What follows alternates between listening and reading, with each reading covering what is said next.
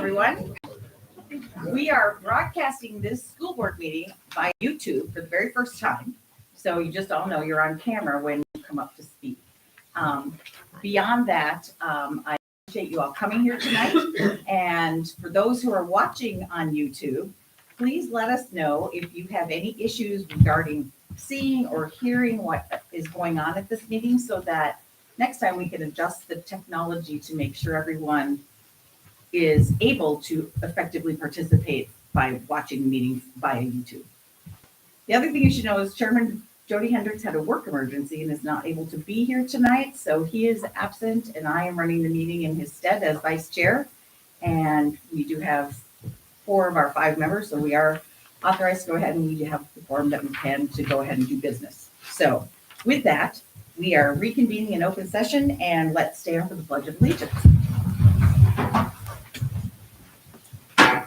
I pledge allegiance to the flag of the United States of America and to the republic for which it stands, one nation, under God, indivisible, with liberty and justice for all.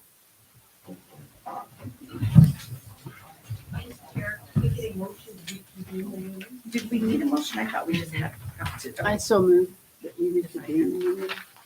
Yes. Okay, we have a motion. Jody and Mark seconded. All in favor of reconvening this meeting in open session, say aye. Aye.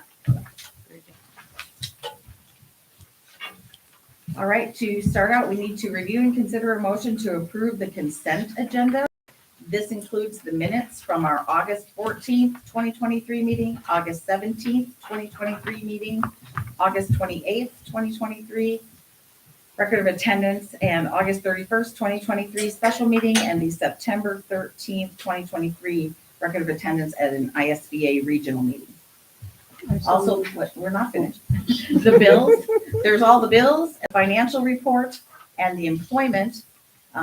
We are employment of Casey May Brady as the Special Education Secretary, Student Systems Support. Ben Wallace David Chaffee as a Food Services Department Substitute. Stephanie Belinda Dawson, a Transportation Department bus driver. Yay, a bus driver. Alexandra Victoria Goncharova, a substitute teacher, substitute paraprofessional. Sally Sue McDonald, a substitute teacher, paraprofessional. Nancy Joy McKelvey, the St. Mary's High School Attendance Secretary. Cynthia Jo Willard, the St. Mary's Middle School Library paraprofessional. Returning substitutes, and the 2023-2024 fall coaching volunteer update, which we reviewed in executive session. We also have resignations of Casey Brady as the St. Mary's High School Attendance Secretary and Carolina Grace Humphrey for the Hayburn Elementary School 21st Century Grant Aid. Now we can have a motion. I so moved. I second the motion. Okay, we have a motion and a second to approve the. Any discussion? All in favor? Aye. Aye. Okay. So now we'll move to our open forum. We have, Tana's gonna give us the list. Tana's gonna give us the list. Okay. Your agenda item that you want to discuss. The question, two questions. You can come forward to the, Yeah, come to the Podium and podium ask. so that we can have our You're not gonna Bill need this answer. from me. greater Yeah. audience. Okay, all right. Bill The answer. first question is very simple. How many people are filed for the 3 board seats? Tana, you have the official. Have 8 total. Word is that one has withdrawn out of one of the zones. Okay, we have 7? Okay. And the second question would fall under, there was something here on the salary schedule. And I don't know if you, Sandy, or did that possibly answer this, but last year we had a dismissal in the Hayburn of a 4th grade teacher, and the classes were split into Megan David's class and Matt Rogers' class, and I was just wondering why there wasn't a stipend offered to them at the end of the year. I'm not going to be able to answer that question off the top of my head. So I think, Pete, what will have to happen is we will have to follow up with you on that after we look back at that situation. we And shouldn't answer Yeah. tonight anyways. Yeah, can't answer tonight anyway with the Peter, meeting. we will record your question and Mhm. we'll put the question in the right hands of the person that can help us investigate and get an answer back to you next week, All right, thank you. by phone or email, or both. Anything else, Pete? Oh, yeah, I could go on for hours. We're not gonna let him do that. We limit you to 5 minutes, okay? So, all right. Thank you, Pete. Thank you. Yeah. That's the only member who signed up who's here tonight. We also have on the agenda already a request. Amy Scheinholz is not able to come tonight, so she will be on our agenda next month. But Wendy Stoughton is here to give us an update on the Hayburn Playground Committee. All of you can come up. We love to see you all, honestly. Thank you.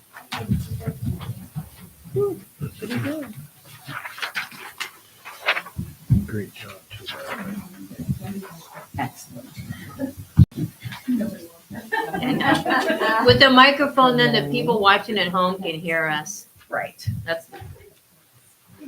I know we all have to get used to this. There you go. So, I'm Wendy Stoughton, and, this is Suzanne Stoughton and Melissa Hamlin, and we are 3 of the 4 committee members for the playground committee. And we just finished up our slides, which were, player part. Our IGA, Whistle Stop, Country Fair, and Grapple all sold slides for us. So we wanted to, first of all, we had a discrepancy. When we gave the total, we forgot to take away the balance, the beginning balance, and that was 2,800. So I put that at the top. So we actually, our committee only raised $17,253.51. Don't say Good holy. job. Oh, that's a lot of And that was such a huge, like, our community did an amazing job. They're so amazing how much they come forward. And in about midstream of that, we ordered swing sets. Sad to say, I just got the email and they won't be here until December 4th. I Oh, don't think they'll be in the ground, but yeah. they will be at some point. We also, with that money, are going to order it's a motion play seesaw. It's not a teeter-totter, don't panic. I know, but it's I don't know, it's a new version. It's the new version of a seesaw, of a teeter-totter. So with that, there'll be about $2,000 roughly left. I haven't got the exact price on the seesaw yet. So then you can see down there future donors and estimated costs. So when we put together our stages, we figured it was going to cost us about another $85,000 beyond what we already have. So we put together some pictures and numbers, and Suzanne wrote an amazing proposal, which we will bring all of that to you in the end, so you'll have it in a packet. And we presented it to Potlatch on, I think it was August 24th. We did a tour with Teresa of the Potlatch Mill, and yeah. I got to go see all the jobs they've automated now that I used to do that on farm anymore.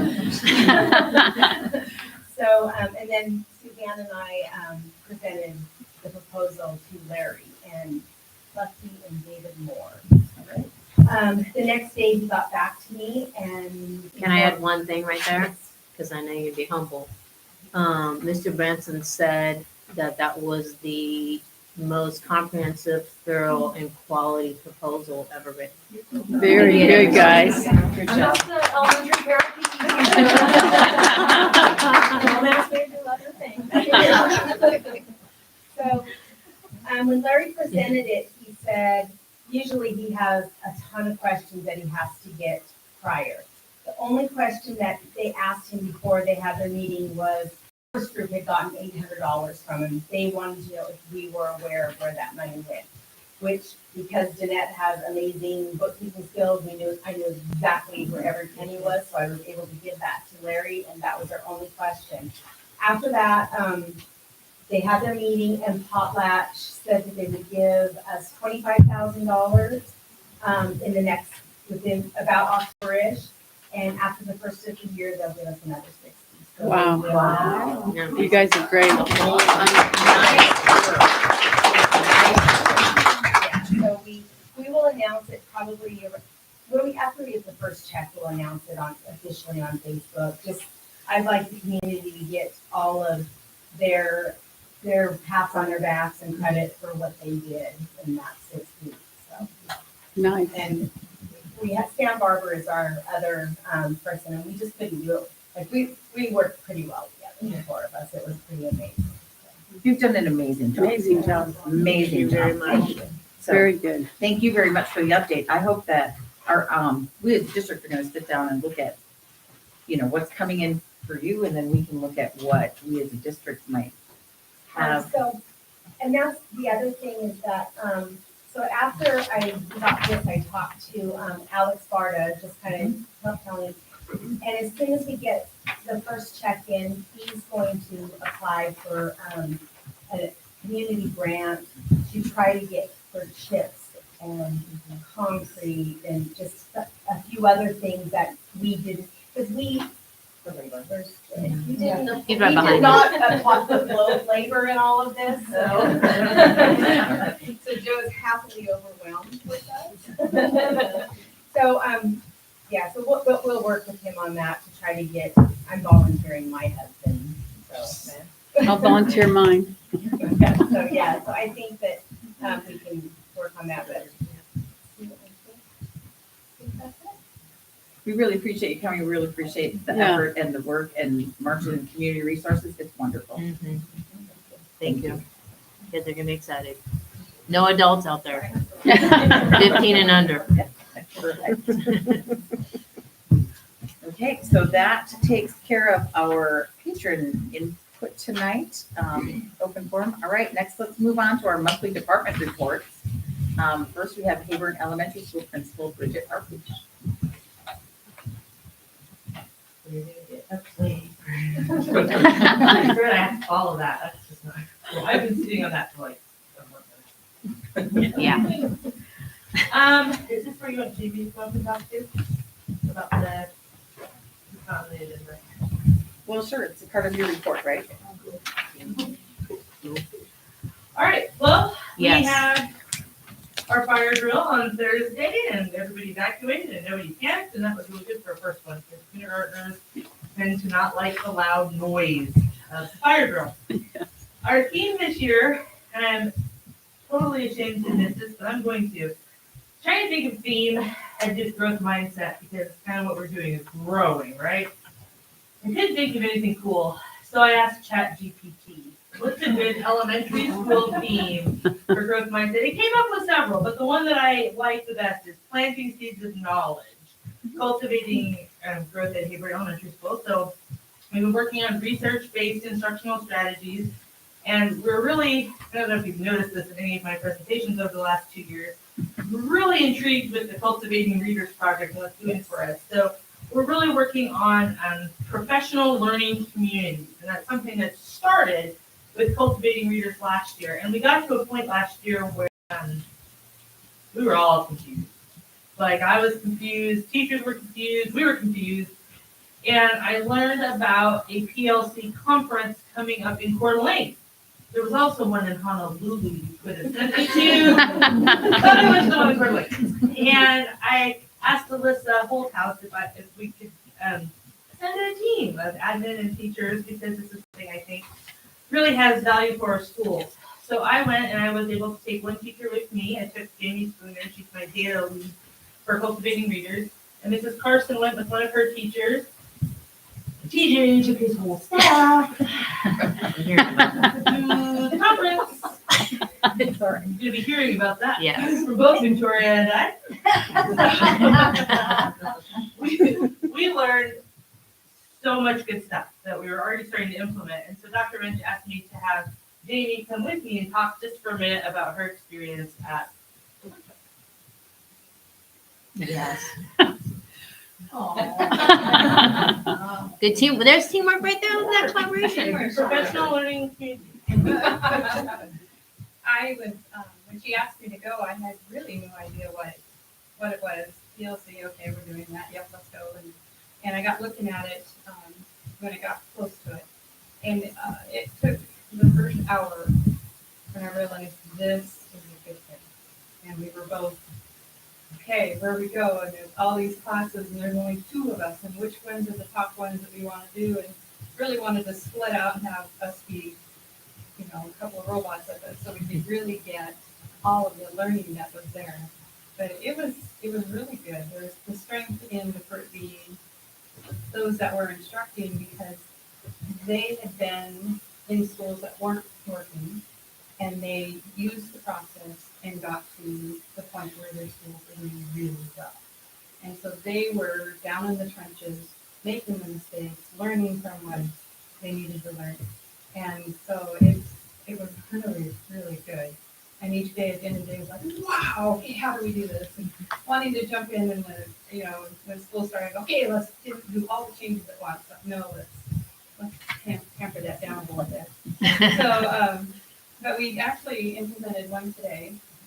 We changed our PLC agenda. It was just cumbersome and big and confusing, and that was our biggest struggle with our PLCs going on. So we dropped it down to, and accomplished the big things that I pulled were, there were 3 big ideas: focus on learning, collaborative culture, and result orientation. And then they had 4 questions. And it was, what do you want the students to learn? How do you know if they're learning what we taught them? How do we respond if they're not learning what we taught them? And how do we respond if they've already learned it? And it seems pretty simple, but truly that's an ongoing thing. So we took our agenda and ripped it apart. And as a team, we figured out a better way to do it, centered on those questions and those 3 big ideas. And so we tried it today. And I wrote this before last night and saying, oh, it turned out well. It did turn out well. It was, you saw the discussions were much more rich. It had better direction of where to go and what we're going to do. So we were very excited. We got, okay, we're on the right track. So we're going to go to the next step. So I would just want to say thank you for investing some money in these to be able to go. And I really wish that we had more people going. Because there's so much that's hard to explain, and to pass on. We, the books. We're fighting over one particular one. I won. So we're incorporating in our waivers for what we need, what I need. We're incorporating that in our TI, in tier 1 instruction. And so I really am excited about this year. I'm excited about the changes that are happening, and I'm excited to watch the data. See by the end of the year where we're at. It was really full of practical things that will help you along the way. And we've only done just like this much, and I felt really good about today too, about our PLC meeting and the direction we're going. And I think it's less overwhelming and it's more, if we're going to do something and we're going to see results, and this is what we do with the results. Perfect. Good. So it was really cool. And hopefully we'll have opportunities to expand the number of staff who can go to other things, and But if anyone goes to the one in Honolulu, you probably can't do that. It was the next one, and the presenters kept talking about how after this, they're going to Honolulu. But it does look like Solution Tree is bringing a lot to Idaho. There was one in Idaho Falls, there's one in Coeur d'Alene. Sure, Boise won't be far behind. Like, it looks like there'll be places locally that we can, we just need to keep our eyes open and use our opportunities wisely when they have the experts here, I think. That's Very good. Sounds like great professional development and with impact. Perfect. Thank you. Thank you. Beyond that, real quickly, I'll go back, then we'll use a lot of time there. We had some back to school assemblies. Our focus was on a book called What the Road Said.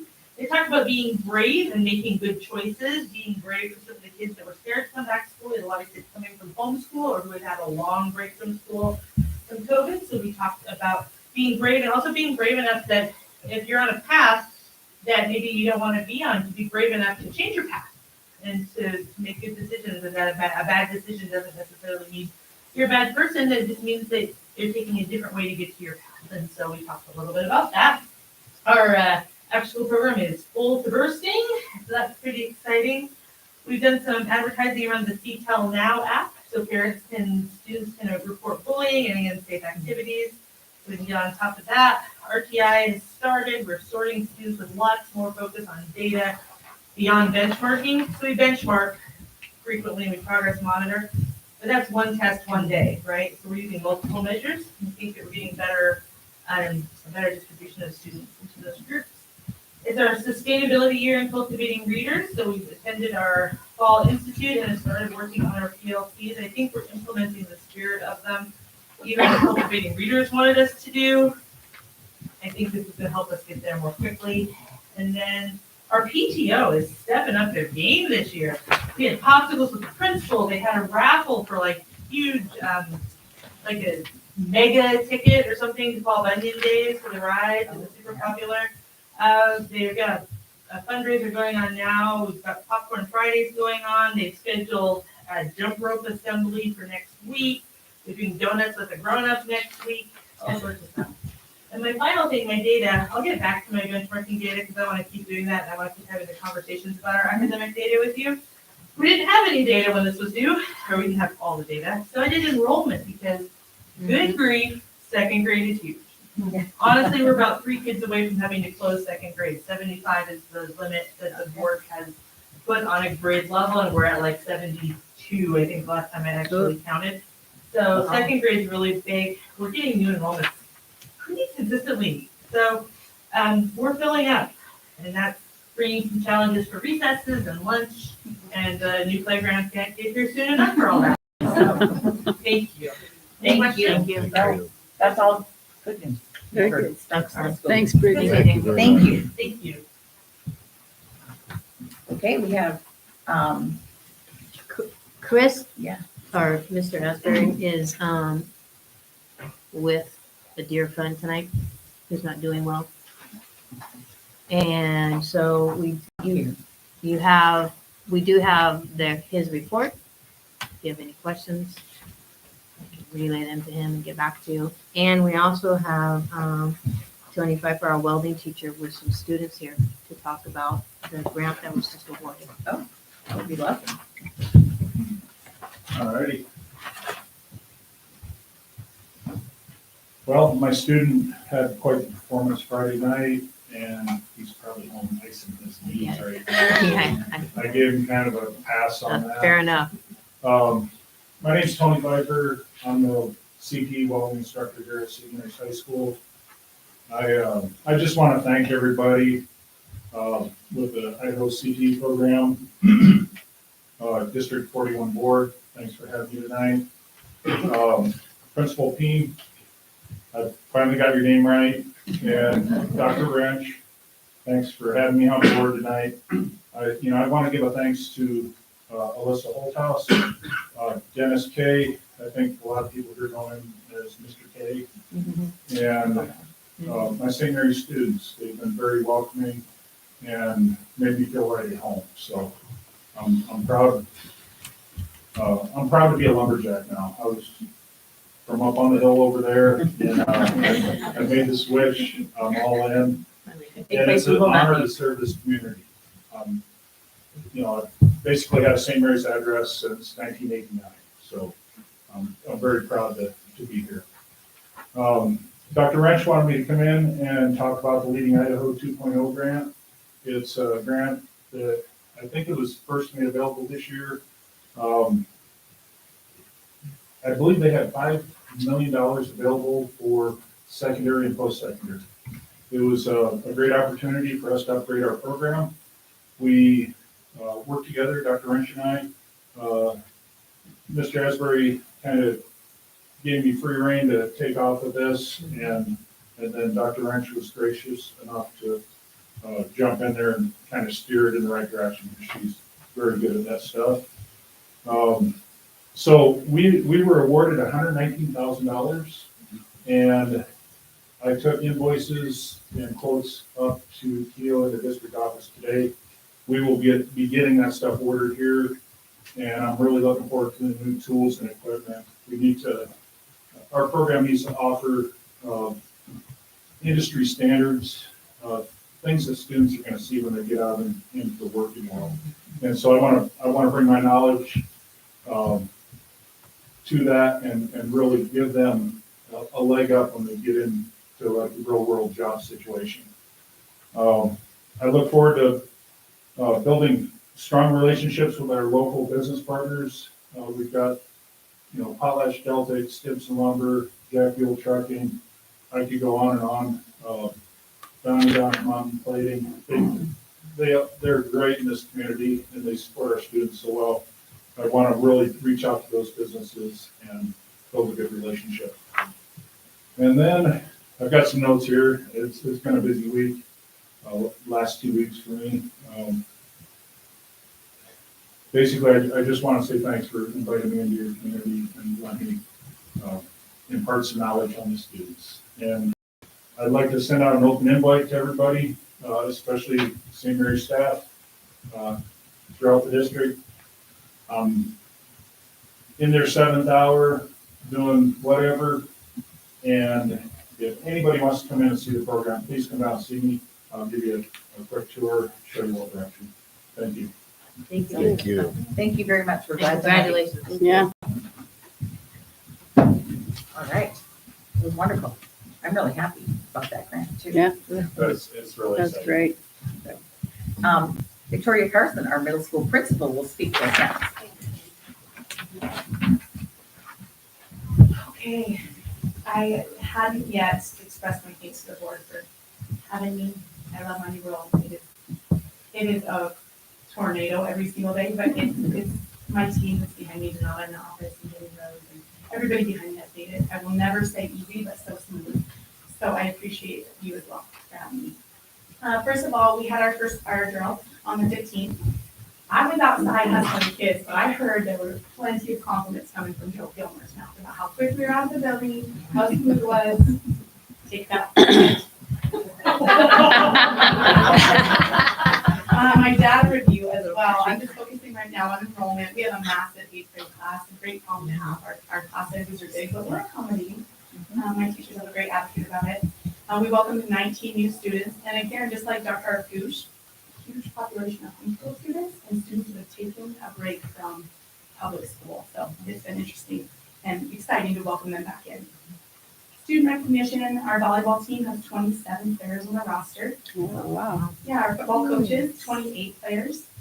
They both had to reach out for some parent support and some parent volunteers, which is a great problem to have. Huge rosters. Some events that we hosted, our open house, and TJ Hammonds also conducted some concussion testing. We had almost 100 students in our building that night after a bench game as well. It's a good turnout. And then I was fortunate enough to attend that PLC Institute with Jamie Spooner and Dr. Arkush. Holly Jo Shea came with me as well. And I'll echo what these ladies said. It was the applicability and the relevancy of the training was amazing. I left each day with hard, tangible strategies and tools that I could use with my staff right away that require $0. Things that we might have already been doing that we could refine. I have never felt so empowered after training, so I appreciate that. I appreciate you guys allowing us to go. And I don't see why we can't sell a bus and send us all to Honolulu.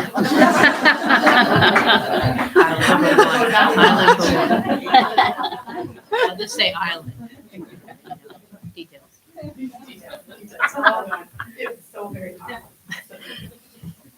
Some earnout collaboration details. We're really pouring a ton of attention into our safety documents to make sure the entire building is clear. Mhm.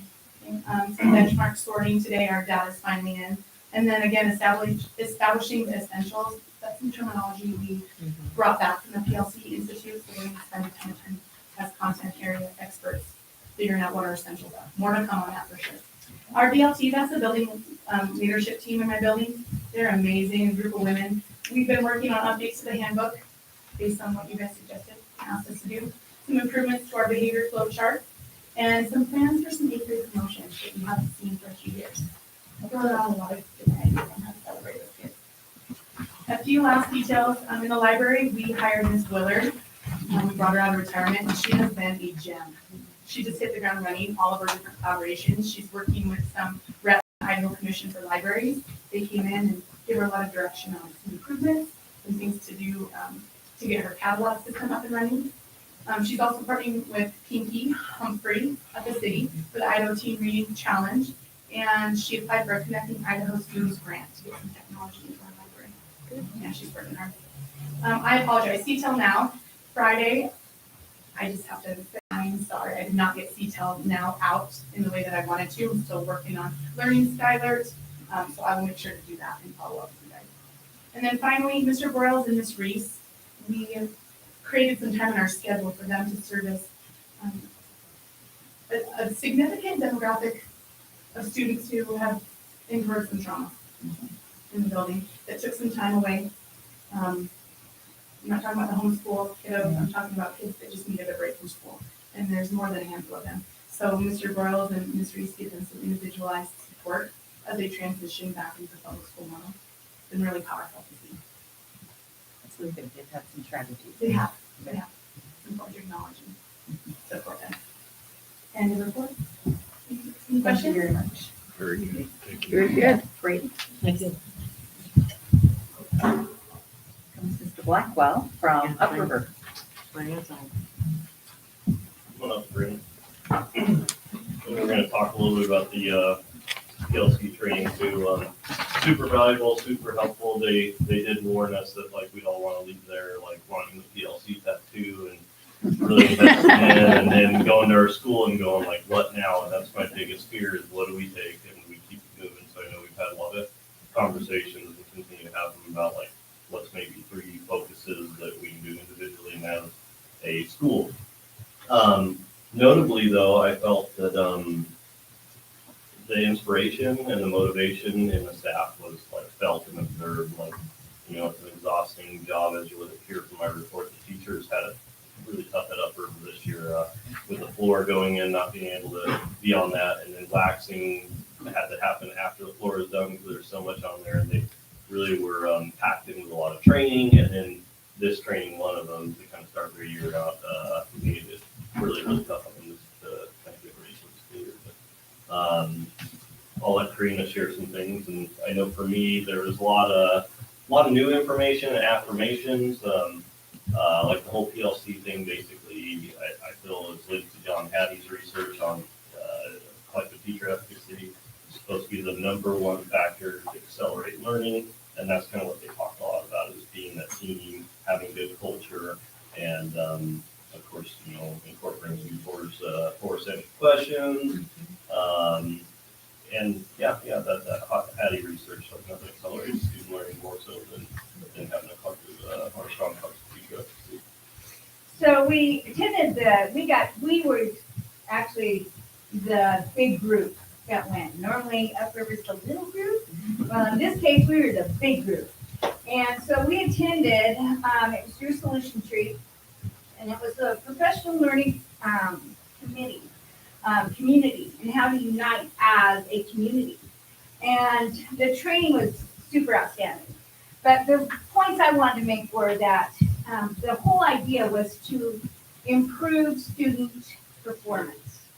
That was the goal, improve students' performance. And so what does that mean as in real change? How are we going to do that? So we came back up, really fired up, how we were going to get all this done. And then we said, chunk it up. We're just going to do little tiny baby steps at a time so we don't get overwhelmed. And we're implementing this as each one of us is doing something in our room. And then we're doing, as we meet as a group, we're taking one of our Teacher Mondays and we're sitting down and we're hitting those points that we felt were relevant.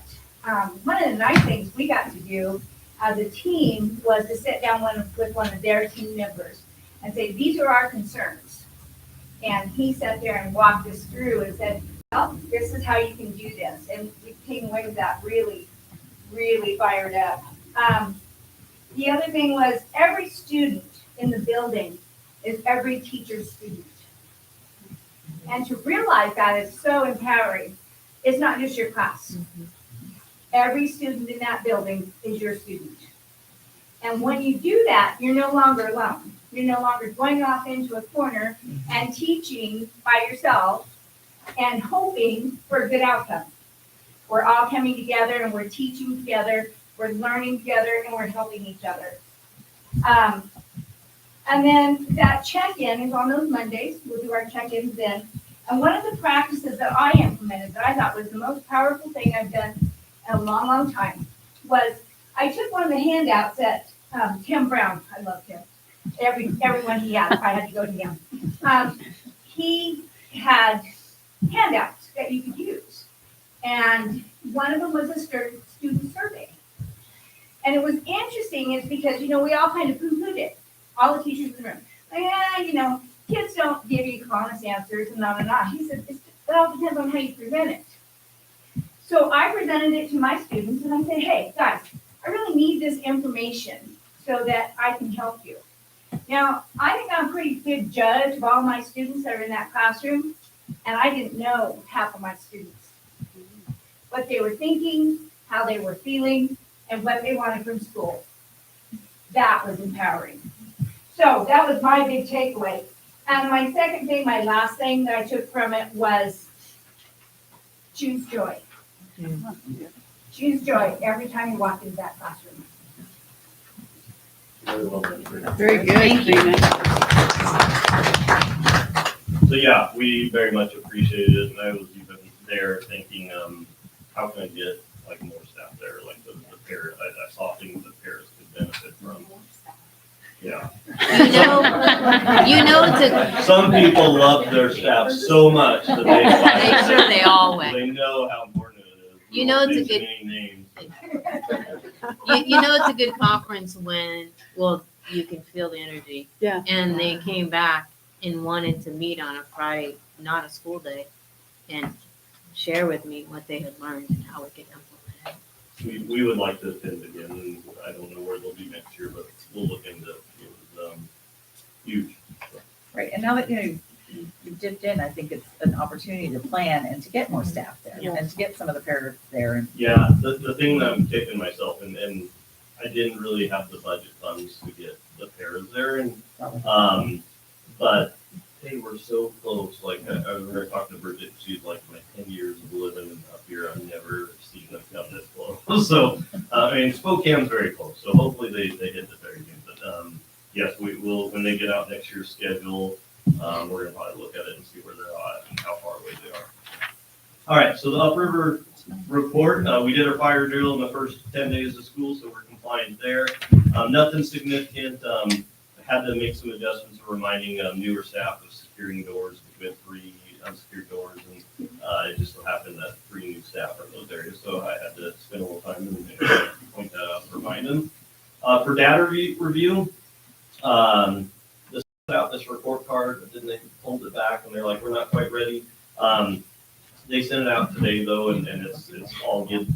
I'm gonna share a couple things that I don't want to wait till next month to share about. But first of all, Upriver's chronic absenteeism, we improved from 34.7 to 26.1. So in the 3 or 4 years I've been looking at it, and I throw out 1 year because that was a weird year with COVID where you handed a packet in some schools and you're present. Some schools were only attending twice a week, and so the attendance numbers across the state look weird that year. But this is our lowest chronic absenteeism in basically 3 years, I'll say, maybe 4 if you count that weird COVID year. So we made a big turn downward. That was awesome. In comparison, the state only improved 3.5%. So that's our goal, is we want to hit the state's number next year. We did a lot of legwork last year to make a difference, and I think we're going to feel more of that this year.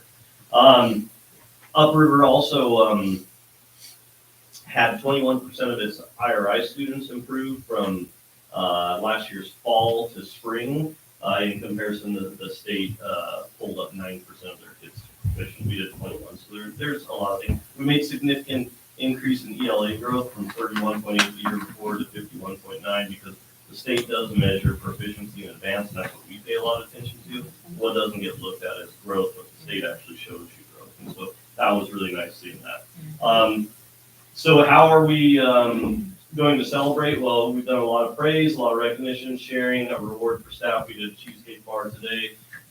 Just kind of putting up some of the significant achievements that we made. Some we knew from last year's ISATs, like Mrs. Stoll's fifth graders beating the state on ISATs and science. So we knew some of that, but we went ahead and posted some of the old ones and then some of the new ones. Student recognition for September, we're going to recognize students for the character trait of being friendly. Events, staff participate in lots of professional development for the start of the year on smart boards, Sabbath ELA curriculum, EpiPen by Panhandle Health, and then professional learning communities that we already spoke about. I asked all the staff after each training, like, how was it? Was it worth the money? Overwhelmingly, it was positive, so that's nice because you don't always hit a home run. So for us to invest into 3 significant trainings and hit a home run on each one was awesome. In fact, we already talked about more of the PLC training, but they also want more of the Sabbath CLA training. They were able to put up a bunch of questions on the board for the trainer, and every one of those got addressed. So now they have new questions. We want to bring her in again, the same person, so that's something to look at. You might have heard we have a new gym floor. That's really exciting. So awesome. I tried to hold off posting pictures, but I gave in this last week, so I got some pictures on our website and on Facebook. But I wanted to wait for you guys to show up in October before you see it. So don't view those pages if you want to be surprised. Okay, for fun, we invited the Upriver PTO and Fernwood Merck to participate in a basketball game where they were going to be given the first honorary shots on our floor. Fernwood Merck was not able to make it. As you guys know, they're 2 of our biggest community supporters, PTO and Fernwood Merck. So instead, we did faculty versus PTO, and so it was a fun game. All the kids got to watch. First to finish a layup, free throw, and 3-pointer, and everybody participating got to walk away saying they took the first shots on our new floor. The PTO had a couple former Panthers who played in junior high, and if you squinted your eyes, you could kind of see them as they were like holding up that follow through and high-fiving each other. So it was fun and exciting. I missed. Yeah, we're not saying who won or lost, but Upriver wins, so we'll take that. We had a donor, Archie's IGA, who's investing significantly in our attendance, and they're going to provide every kid with 1 absence or less every quarter, a Subway sandwich, chips, and a drink. And one thing we took away from our BLT is we had a student member there, and they talked about how incentives are nice, but like they really like the food incentives because they can't walk to, I can't say Burger Express anymore, but Zips, Subway, this factory, they can't walk and have that. So to have this be brought in, I think it's going to be awesome, and hopefully have a good impact on keeping kids at school and getting them to. The other one is Rogers Toyota is sponsoring all Upriver 6th graders, and if they have perfect attendance, every one of them will get a bicycle and helmet. So Oh, wow. that's so cool. Yes. We have 88 students enrolled at Upriver. I apologize. I told you guys that I thought we'd have 99, but with the open enrollment law and weird things happening, some kids not coming back that moved away that we were told they'd come back. Anyways, went to 88. My kindergarten numbers were spot on though, and so that's 2nd year in a row we were able to get the exact number that we thought we'd have. But yeah, I think Paper told me they had like 16 of our kids that are from our area attending there for various reasons. We're taking part of a program called Book Blast that's supporting literacy by getting extra books to students. We haven't really fully launched into that, but we're going to learn more at the start of October. And then Food Services renewed their fresh fruits and vegetable program from 2 days to 3 days this year, and that's a fun thing where they and including myself get fruits and vegetables that sometimes you've never tried. Like, I never had a kumquat till last year, and I I like them, but I like them. And don't kill them. They're better with they're like little mini oranges. Yeah, great. Any questions? No, thank you. It sounds like a good start to the year. Yes, yes, okay. So federal programs, busy there. A lot of things I got to get done. I did participate in some McKinney-Vento training. That's an annual requirement. We're processing all residency questionnaires for McKinney-Vento identification support. Last June, I submitted a consolidated federal state grant application. And now they have some comments that I got to address and resubmit.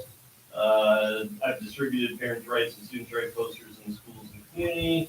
Title I annual performance report is due. I was hoping to have that done today, so that should be done maybe tomorrow. And we're working on collecting the information for new paraprofessionals, so we make sure they're all highly qualified status. Any questions for federal program? Very good. No, thank you. Thank Busy. You've been busy. TJ, we give one update on the after school. Yes, thank you for the reminder. So, as you guys may have heard, after-school program funds were not renewed. As far as I can tell, I've heard lots of different things, but it sounds like there was an issue with something at University of Idaho, some error or something. I can't remember the exact details, so I don't want to speak much about that. But anyway, so what that leaves us is University of Idaho, the Extension Office is going to try to find some other grants. They're not optimistic they're going to. I'm hoping we're going to be able to find a community organization or person, and that's where I need to talk to 21st Century Grant to find out if it has to be an organization or if it could just be a community member stepping up to apply for that grant. As you guys know, I'd love to throw preschool in there also, but we're hoping we can get it back. I have not heard a lot of like negative feedback from parents other than it stinks that it's not there. You know, they can improvise, adapt, and overcome and figure things out, but I still think it's a nice resource to have at our school, especially when kids get homework done and helping them with school projects and things like that. So nothing that we have right now. We're hoping that something magical happens. We're able to get it at the very least by next year back to our school. How much do you need for an after-school program? That's a good question, and because it wasn't ran by the school, I don't know what budget they operated under. I know through Bridget's infinite wisdom, she says there's some issues when it's funded through Canal Pipeline. Yeah, I won't say that, There's but different complications. There's complications. There's different. Yeah, for example, last year, 2 years ago, we had 3 paraprofessionals that worked at the after school. Well, for Bridget, she can't really make that work. Now they're in overtime. So if it can be a like an independent organization or person who uses our building, I feel that's their best way of getting staff. Because last year we only had 1 paraprofessional, 2 years ago we had 3, and so hopefully we can get it back for the community and the parents. And it's kind of nice that I know a couple years ago they actually had their own busing, and anyways, slowly things have kind of been reduced to the point of the big surprise this year of nope, it's not. Jody, almost more than finding the funding is then finding the staff. Staff, yeah. we So- did end up having to pay overtime with grant fees for overtime for our parents, but it does push them over to, like almost immediately. Yeah, I visited the after-school program at Hebron last week, and it was really active, Yeah, and they got away with it. and it was great. And you mentioned to me about this, so. I remember it was, Upriver's after-school program was real popular last year. Good Yeah. participation, so. Yeah, and they do so many community sports through the after-school program. So, which is kind of nice because they kind of slide under the after-school insurance. Where now, we have this great new gym. I sure hope youth sports is as strong as it was last year. And I hope people are using our gym. I know we had good showings in basketball and volleyball last year. And I hate to see when they're after school that people are maybe just not doing youth sports or even maybe doing them in town or something. Hopefully we're still able to build teams. Well, we will continue to support and try to find funding for that and staff for that, right? Exactly. Yeah. We have the Upper River board meeting next month, so we can announce it there. Sounds good. Thank All right, thank you. If you got the agenda, what I forgot something that TJ reminded me of inadvertently. Okay. I think we're gonna start a band. Oh, great, Here awesome. In 4th and 5th grade, we have some extra instruments from Millsville High School, and a music teacher who is willing to take this on. It'll be an honor band for 4th and 5th grade, probably Fridays only in the afternoon. You don't have to be proficient in everything. You can have all your assignments turned in, reasonable attendance, good behavior, all those things on applications that parents have to sign off on too. But I think we're gonna start a band. I'd There be you really go, Cindy. excited about that Yeah. because that's been sort of a thing of mine about, Standing getting up. music going in elementary school School. because it has been proven to be an improver for reading and math skills. Yes. Mhm. Yes. Yes. Agreed. So anyway, I can't believe I forgot that. I've been so excited about it. So I wanted to tell you before I like sit down on Facebook and start begging for instruments. So I have about 4 flutes I'll donate. I have a flute too. excellent. And maybe I can get a trumpet out of my stomach. So. Yeah, there you go. Kathy Cameron says she can fix, blocking. Okay, great. They need pads, but Thank you. That is good I'll news. even help. That warms my heart, just to tell you that. Yeah, That's Sandy. been something I've been sort of Yeah. harping about for a few years. So, Jim Boyle. okay. We have next, Jeanette wants to talk to us. On Miller. See, it is really well put. She does want to talk. Jeanette is our We've got excellent fans business on her. manager with Yeah. excellent We've got accounting the mic skills, stand. as you heard earlier, so. Excellent. Nice thing.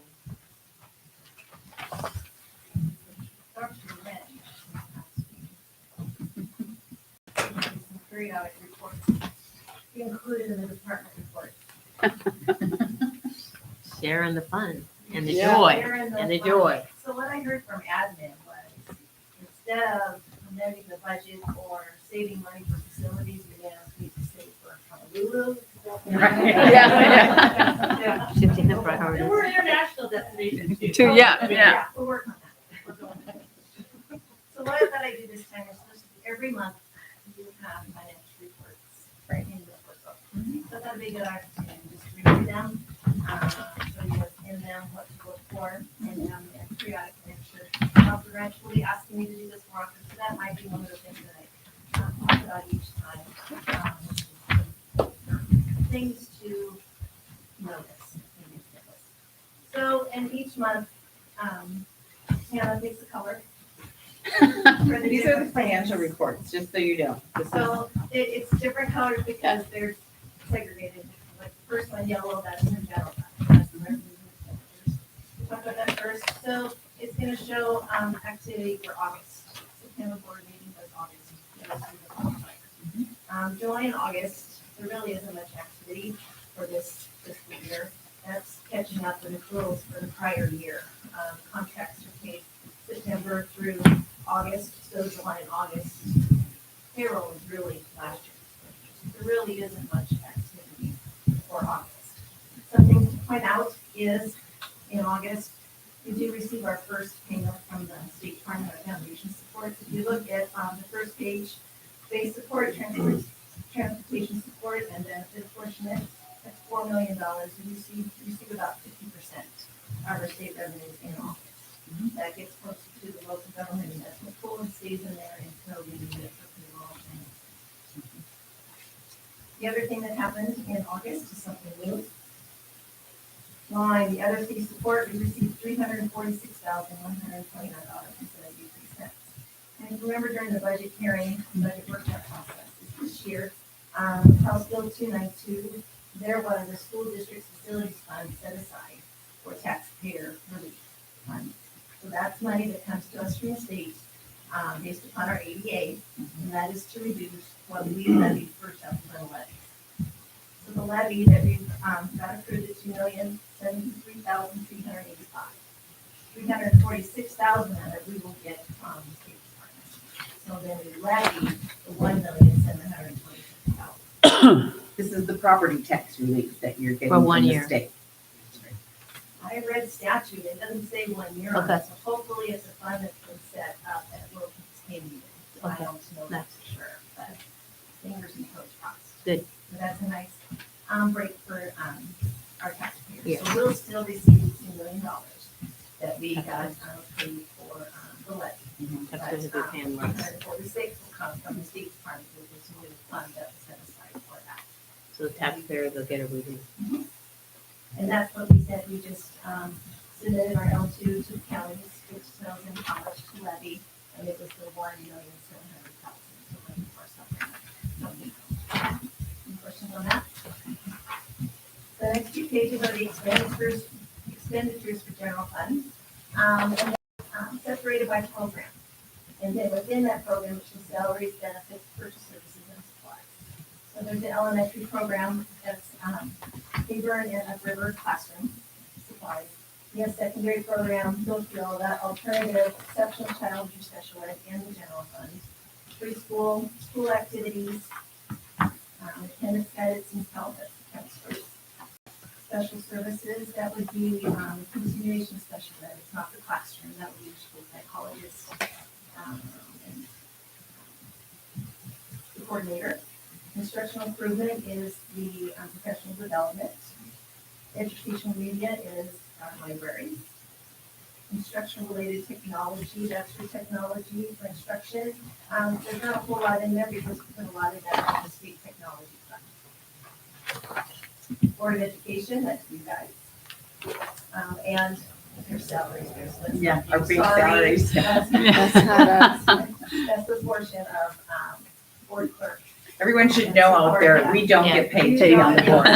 Sorry, it's under your department, but it's not for you. District administration, that would be the superintendent, and, as well as part of board clerk. School administration is your school building principals and secretaries. Business operations is my department. Administrative technology, then we have custodial. It's in three parts. There's buildings custodial, there's maintenance for the buildings and non-student buildings, and grounds. There's actually 12 parts there. Security and safety, and then the transportation department is people school transportation, people activity program, and our non-maintenance vehicles that are not part of transportation. They're in that. Other support services, and then the fund transfers out. So that makes up the general fund. This report gets printed each month. Like you said, this, in August, there's not much activity because it was from last year. Any questions on that? No. You see, the bulk of the budget is salaries. When we do the budget, we look at salaries, benefits, purchase services for the whole general fund. This report brings it out into the departments for you. And if you'd like me to include, I mean, these are your reports. I mean, there's certain limitations on what I need to give to you, but I want to give you things that help you. So I don't know if it would be helpful for you to see the summary that we normally see, where it has everybody and the whole general fund and then the departments, something you're used to seeing, or if this is fine, think about it maybe. Next color. We can all weigh in on that. What's that? We can all weigh in on that, we do and take. Yeah, definitely, these are for you to be more knowledgeable on a monthly basis. So whatever you guys do. Next color is orange this month, and that's the special funds. That's the federal funds, state funds, plant facilities, they all need to be kept track of individually. So that's the revenues and expenditures for those as well. There are some local funds too that we can choose to do, and the paper and playground equipment has their own fund in here. It's 231, I believe. So, 230. So it's taken care of, all of its revenues and expenditures go in its own fund. Okay? So those are all there for you to look at. Neat. Balance sheets. First page is cash and bank. These are all of the funds that we have and the cash balance that we have. We really only have two bank accounts. Food service are all bank accounts, and all of the other funds are in one bank account. So there is 94,000 in the food service account, and there's 535,000 in the general fund. All the general fund account that includes all the other funds, which is all the federal funds, state funds, plant facilities. You see some of them have negative amounts. Those are funds that are cost reimbursement. We have to pay out for expenditures before we can. Just because they're negative, we do have money in bank. It's just a negative. Second page on the back of that is our investment, the local government investment pool. The general has 5 million in it. That's because we just received 4 million from the state department for our first foundation payment. Food service, we have a little bit of money in there. That's been there since I've been here. I don't know how it got that money because food services never really had money in the bank, so but it's there. And plant facilities, there's 1.4 million in there right now. As you know, every year, if there's money left over in the general fund, if there's some variances, we put money aside, we save that up, and also, we not too long ago, that $500,000 that was from tax property. So that's all in that fund. That money will help also that new Energy. school energy, renew schools, American schools, or Right. our portion of that 14,900,000 is 784,000. We have to contribute that part. And that There's the money Mhm. for our part of that. Yeah. 5%. And the rest of the pink, I'm no longer gonna put in, but this is what I've been giving people to all along. And basically, when you look at each one, it's just showing you the cash balance. And that first page giving you the total for the cash is going to give you all the information that you need. So I included it this time because that's what I've been doing forever. But just know, I'm not gonna include it anymore. It's not valuable. It's on the It's yellow interesting sheet. to look through like a few times and then. It's on the it is yellow some areas- sheet. Yeah. If you guys like me to keep it in there, fine, but I think the cash balance is the investment Yeah. is what's important. The blue is our building activities, fund, Burn Upriver, middle school and high school each have a checking account, in that all the activities, clubs, sports have their individual lines. With you, this is an asset and liability report, so if you see a CR behind something, that means they have money in that account. Liability, credit balance. Okay. So those are the financial statements. Any questions on those? No, but you did an excellent Thank job you. going Yeah. through those for I us. do want to touch bases too. The audit report will be next October meeting. They're wrapping up the financial statements. I think they're done with all the questions. I haven't heard from them. That'll be, they might be done. But I do want to give a couple highlights. Revenues came in about 135,000 over budget. The main thing on that was, half of that was interest earned at the local government. That's cool. The interest was pretty high. So that was increased significantly.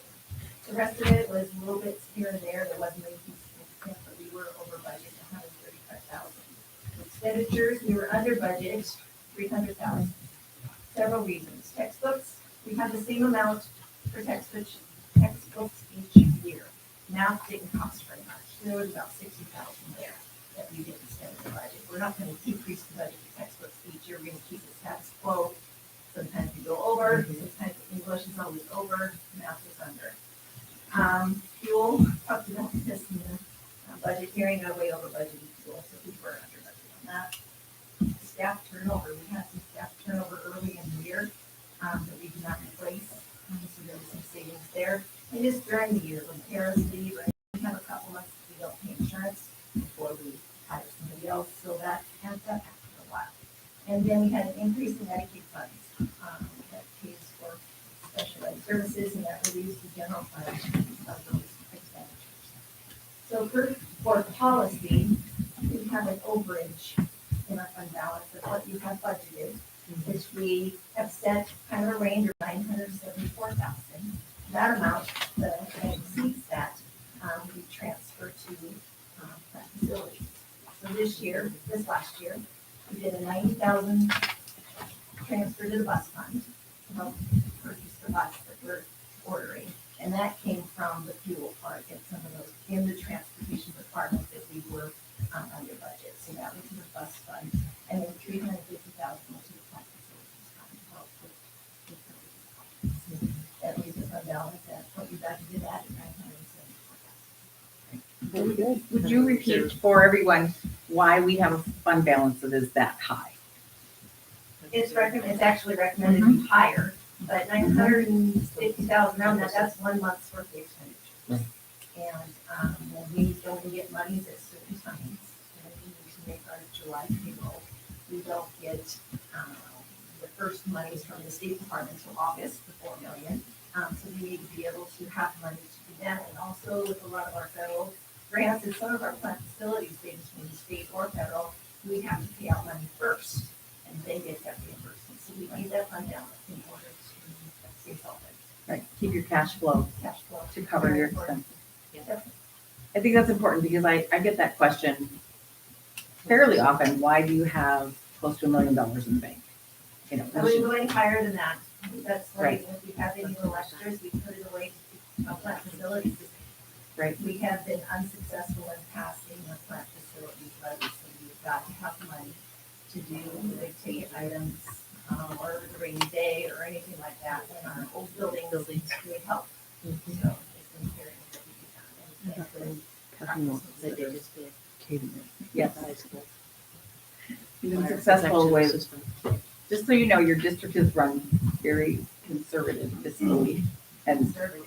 yes, keep squirreling away and getting things done slowly but surely in those buildings. Thank Thank you, you. Danette. Thank you. Jeanette wants to go. Yeah. Payroll.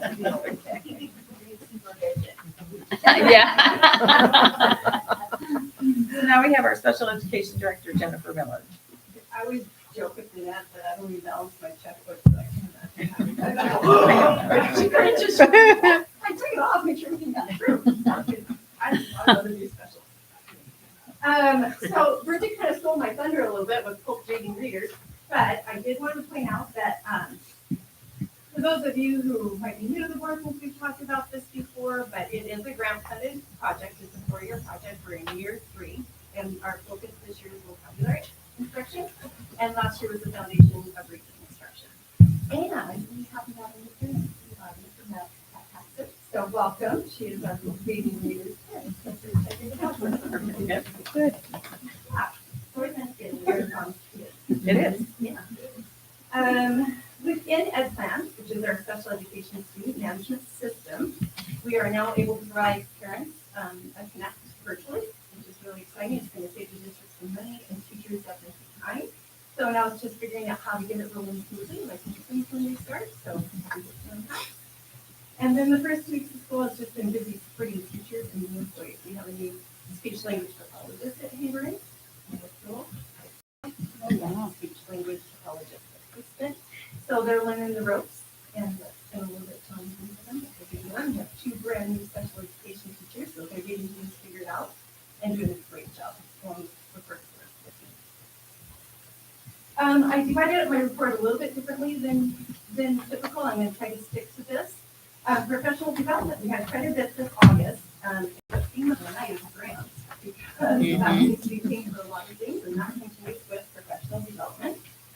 I think Dr. Wrench spoke to this maybe at a summer board meeting that I wasn't at, but through the special education department of the state, we received $10,500 for a grant to fund some of this professional development that covers the House Bill 281 that was passed, and that focuses on a variety of things, and depending what your role is in the school district, depends on what kind of training you receive.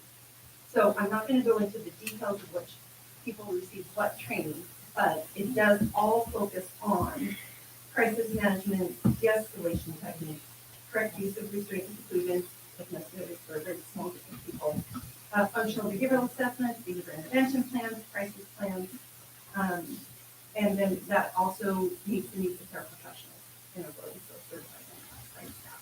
So everything's been trained up. We did have an additional SPED team training. I thank you for your extra support of the team, our SPED team, half of the day, and then so I didn't have to pull them out of the buildings for training, which they really appreciate as well. So on the 31st of August, we had a special in-service by speech language pathologist from Kegel, and she spoke for about an hour and a half on the full language policy.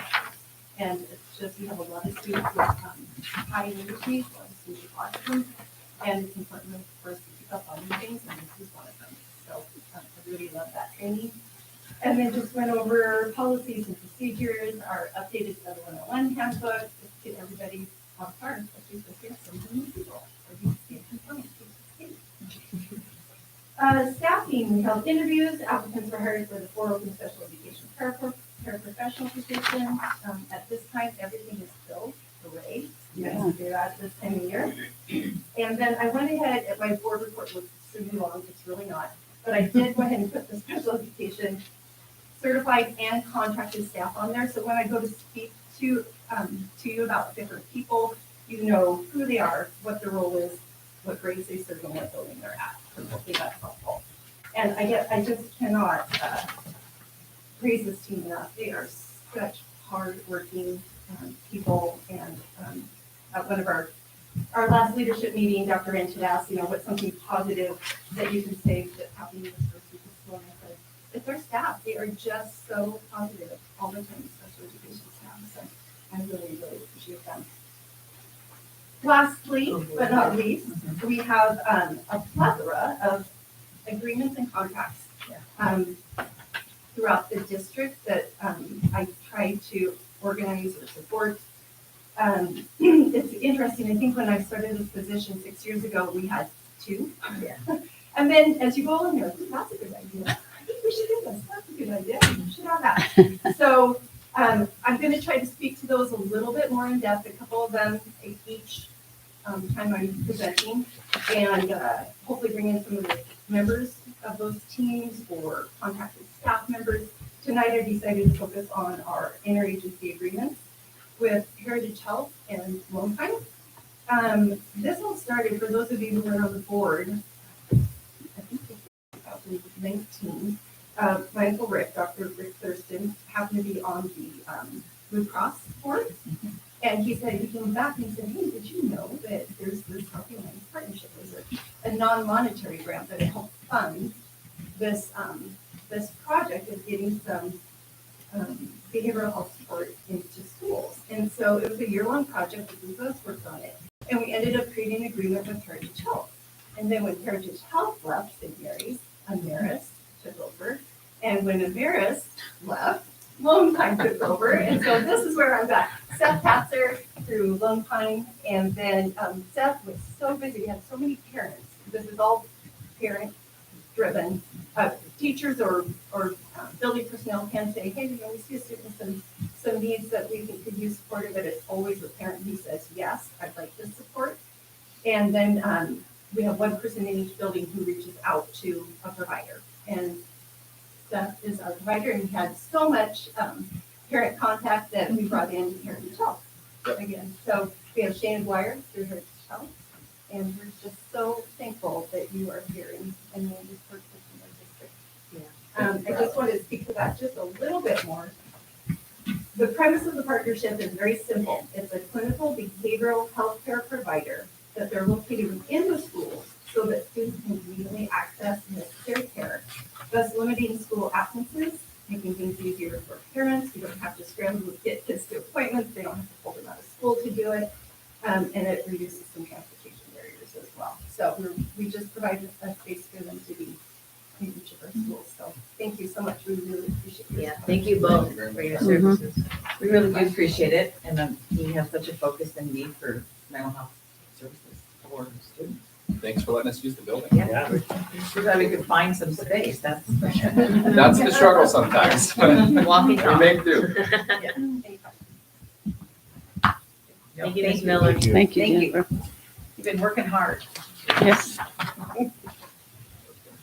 Okay, so sometimes we hear from food service, maintenance, and transportation, but we will hear from them next month. Yeah. And so now we're gonna have Dr. Wrench give us the superintendent report.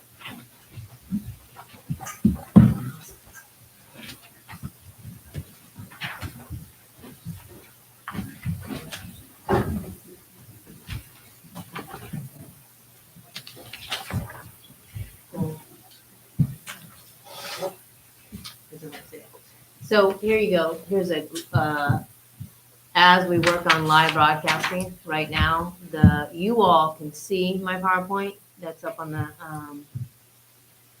screen. And we're still working out the glitches so that people at home can see a presentation. It's in reverse for them right now. So they'll hear it. You all being here have the benefit of also seeing it. So that's just something we're working on. Cool.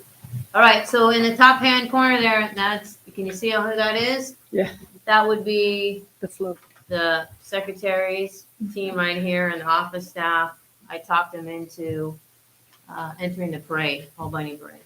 So there we are with Jen Miller's convertible. And the banner reads, spelled correctly, committed to quality instruction. Driving down Main Street talking about our mission and vision statement. And in the club and organization, I learned we took first place. So now the bar is set really high. Oh, yeah. We're already starting on our flow for next year. But it turned out to be even more fun than I anticipated because I just didn't realize, like, they made me walk, by the way. But I got to pass out candy and say hi to the kids and the parents and realize, oh my God, I'm going to see you tomorrow in school. Don't tell them I gave you all this candy and bubble gum. So we had a really good time. And I do like to continue each month, and then the board and superintendent as a team to share our vision of the school district. And I'm going to come back to why after these 3 slides. So we got our vision and mission. It gives us direction, so we always know where we're at. A little bit like the PLC conversation, just on a bigger level. And then our strategic goals, so it becomes a little more specific. And we'll revisit these and share information and get input from families and the staff probably in January, like I shared. Right now, these are our goals. And underneath are some examples of some action steps on how we work with our kids to achieve those goals. Again, a lot like the PLC, like where are we going? Where are our kids at? It's the data point. And then how are we taking them to realize their goals. So here's an unofficial data report, as TJ was talking about a little bit. So K3, it looks like about 54% of our K3 students are literate ready, like ready for the next grade level. And the state has been at about 70%. So we'll see how we fare when the actual data reports out. Also, though, is in the last few years, K3, the literacy rate has improved. So we've been going forward, which is important, and we pay attention to growth. And then you'll see for 4 through 12, the kids who are reading at level or above is about 43%. That's a little bit of a dip from last year. The state is about 54, 52%, and they dipped a little bit too. So we're a little bit behind state, but it's an important data point to know where we're at. So then we talk about what we're doing to reach our goals. And then you'll see our graduates, 80%, and the state level is about 80%. And then CCR, what does that mean? College and career readiness. So the state's starting to track college and career readiness. That is unknown yet. We'll reveal it probably in October, and it's a baseline data point to see how many of our students are college and career ready. That is kind of based on kids who might be in a CTE pathway that are a completer. It's in some of the more college-like upper level math classes that they might be in, how they do on the state assessment. That's how they kind of decide if they're college, if they're ready.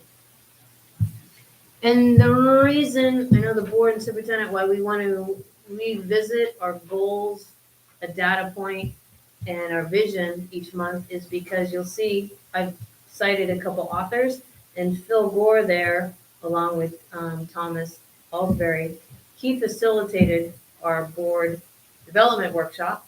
He's also written that book on effective boards. And then you've also got Robert Marzano and Tim Walters that I cited. He speaks to how superintendents can be effective. So superintendents and boards. And some of the main ways boards and superintendents lead effectively and govern effectively are by establishing a vision, setting goals, and being accountable. So having data points that we're monitoring and making sure we get those results. Also, Phil Gore speaks to 3 questions, which are very similar to the PLC, that then the board and the superintendent, and really any of us should be able to answer at any time. And that is, how are kids doing? Particularly in relation to the goals. What are we doing for our students? In the classroom, they're going to talk about strategies. In school, they're going to talk about programs. And for us, at the whole level, we're going to talk about some of those action steps, like focusing on literacy, or running a response to intervention, or having collaboration teams, PLCs at the school sites. And then the third question is, how do we know as a collective group that students are improving? And that's that data point that you'll hear the principals and myself continue to bring back so we can monitor students' progress and achievement towards the end of the year goals. And growth is really important for us to focus on. So that's why I cite those authors, and that's why you'll see us continue to share the vision and the goals and some data points, because that's 3 key ways it makes for effective board and superintendent, particularly when we're focusing on learning and student learning. And there's a few more to speak to when we move on down the slides. This one, so part of when we continue to talk about the continuous improvement plan and strategic plan, and we're going to share information with staff and families, and we're also going to get input over the next few months. One part we will probably want to explicitly define what are those 3 to 5 most important values for St. Mary's. And I'm going to share a few that I see they shine through when we look at how we operate, when we have conversations, and when we look at our strategic plan.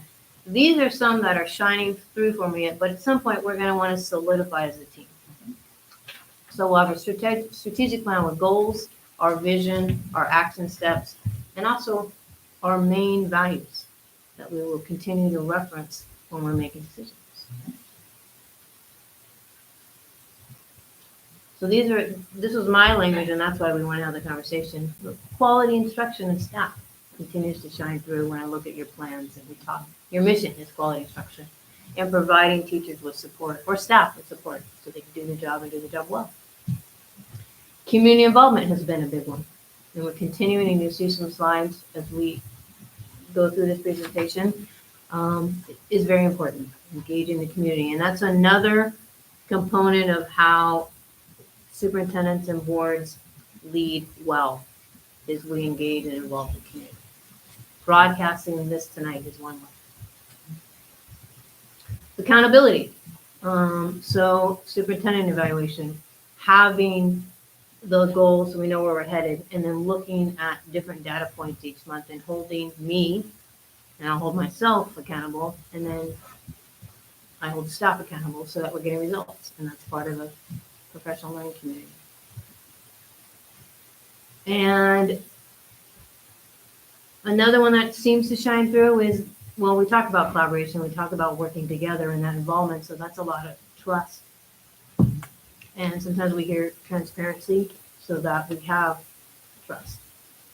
And we want that community involvement, and parents want to be involved with school, and we want to be involved with parents. And that's that teamwork. That it takes all of us to see that our kids are successful based on our really ambitious goals that we set them.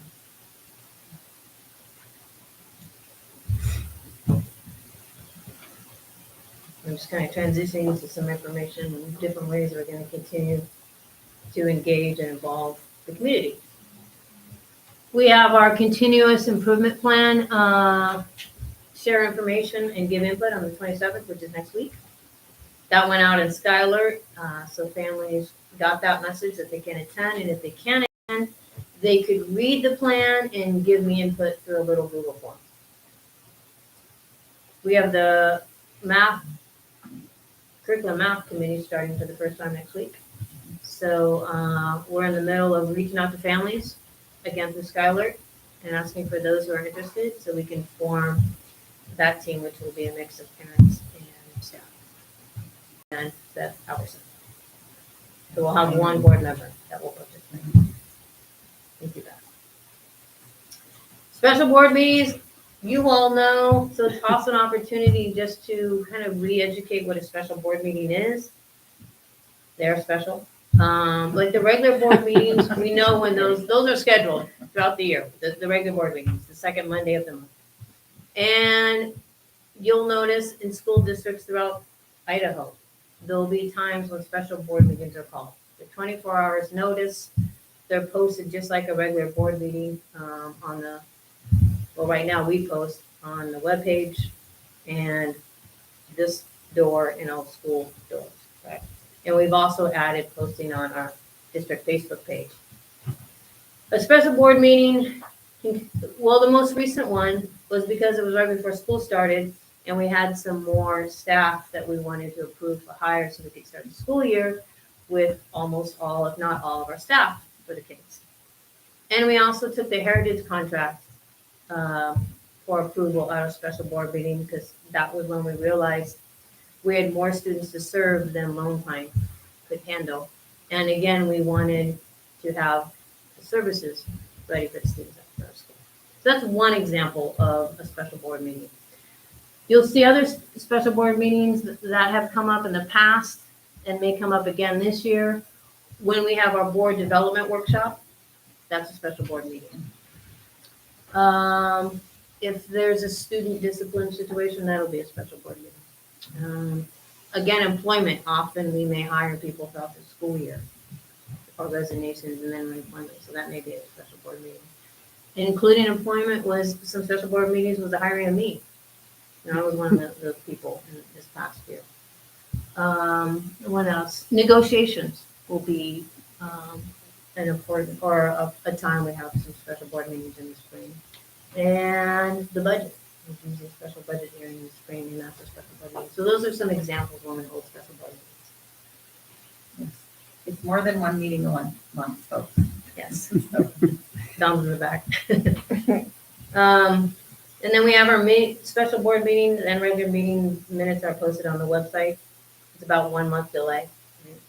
By the time they're approved and official. And we're starting tonight our broadcast. So there we go. I have the superintendent e-newsletter on the district webpage on Facebook once a month, and you'll see it got a little fancy last time. Get a little more, get a little better at that. Skylar is a good way to communicate, like I just shared, and we have the text message feature option. Gazette has been partnered with us really nicely and does that little information monthly district corner. So that's super nice of them. And then we have our regular board meetings. And now we're continuing to have that evolve by recording. And if patrons ask questions or make comments or have concerns, we are getting that in the minutes so that the appropriate staff member can follow up in a timely fashion after the board meeting. This is like, because I'm going to switch gears on you again. I'm entering Danette's world for a minute. She's like, what? I wasn't approved. We went over this. So I tried to just do a little comparison because we have that Renew America Energy grant, and they were like, well, now you've got almost 14 million. Can't you use that? This, that, and the other. It's like, no. So it's a federal grant, and it's very prescribed on how we can spend that money. So the plan is, and the only way it gets approved to continue to go forward is it has to be on energy and air circulation upgrades. And what's been written, some good examples are the HVAC systems, the cooling heating systems, and some of the other upgrades would be drainage, windows, roofs. We need all of those. We do. Yeah. We will easily, No lack of the history is already like they could easily go over 14 million, so they're having a hard time staying in that budget. But they've also got to prove their energy efficiency. Fair? And then we have what Danette talked about tonight, our supplemental, the levy, which we actually rely on, you're gonna see here, and our state money. So together, that's about 10 million of our total budget.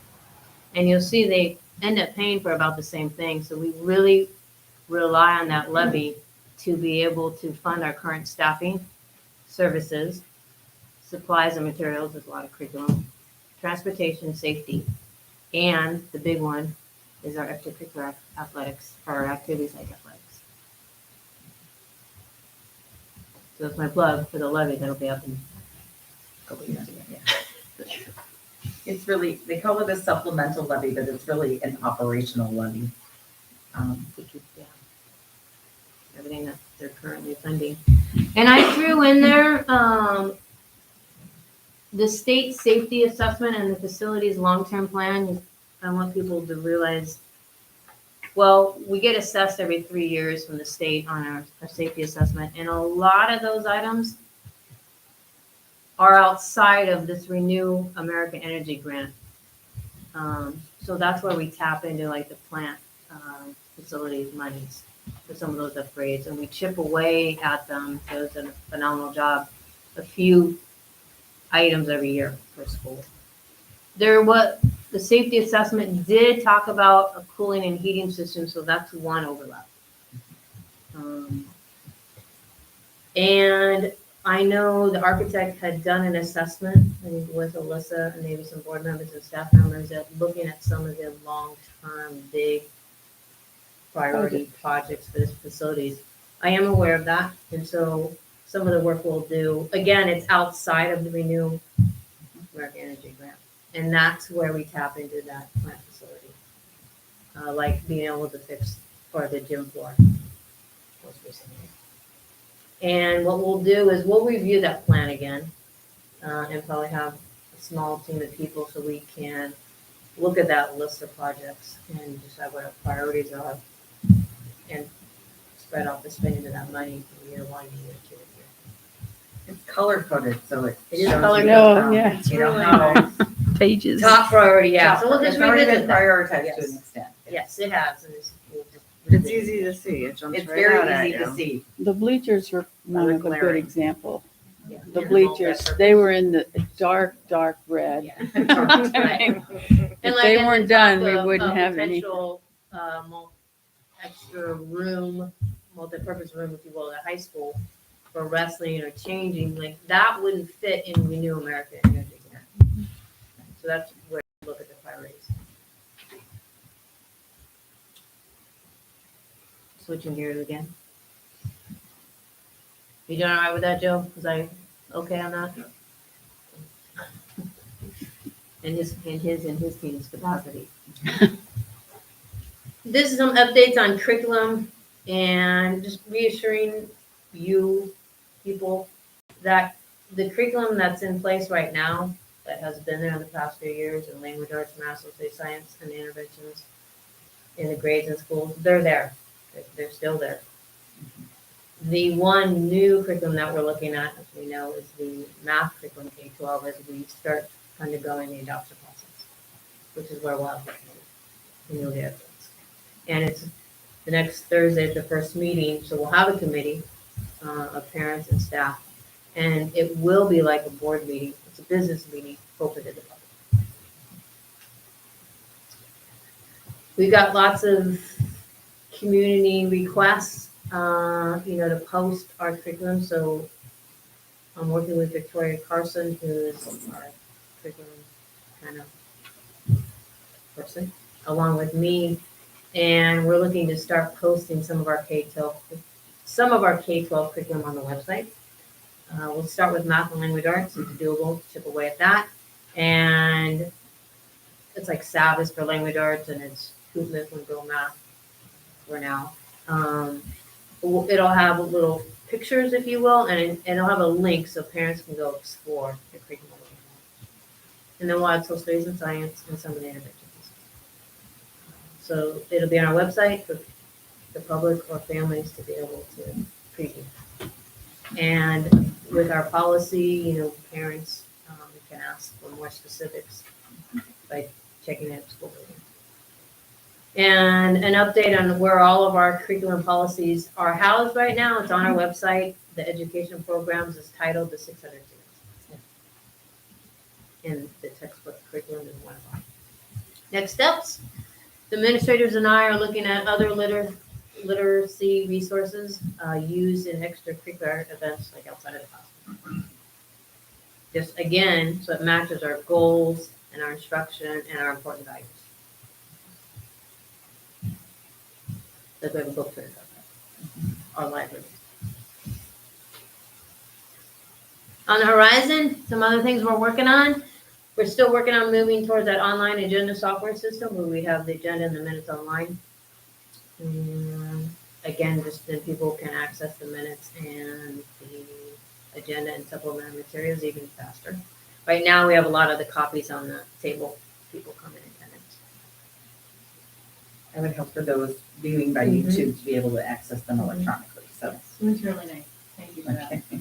Yeah, instead of us harassing you like halfway through the meeting. No, we're taking your input. We appreciate it. Yes. And those are easy fixes. And No, that it's builds that trust. spectacular. And that builds that trust and teamwork that we want. And fix all this. And like I said, we're working on getting some of that curriculum posted on the website.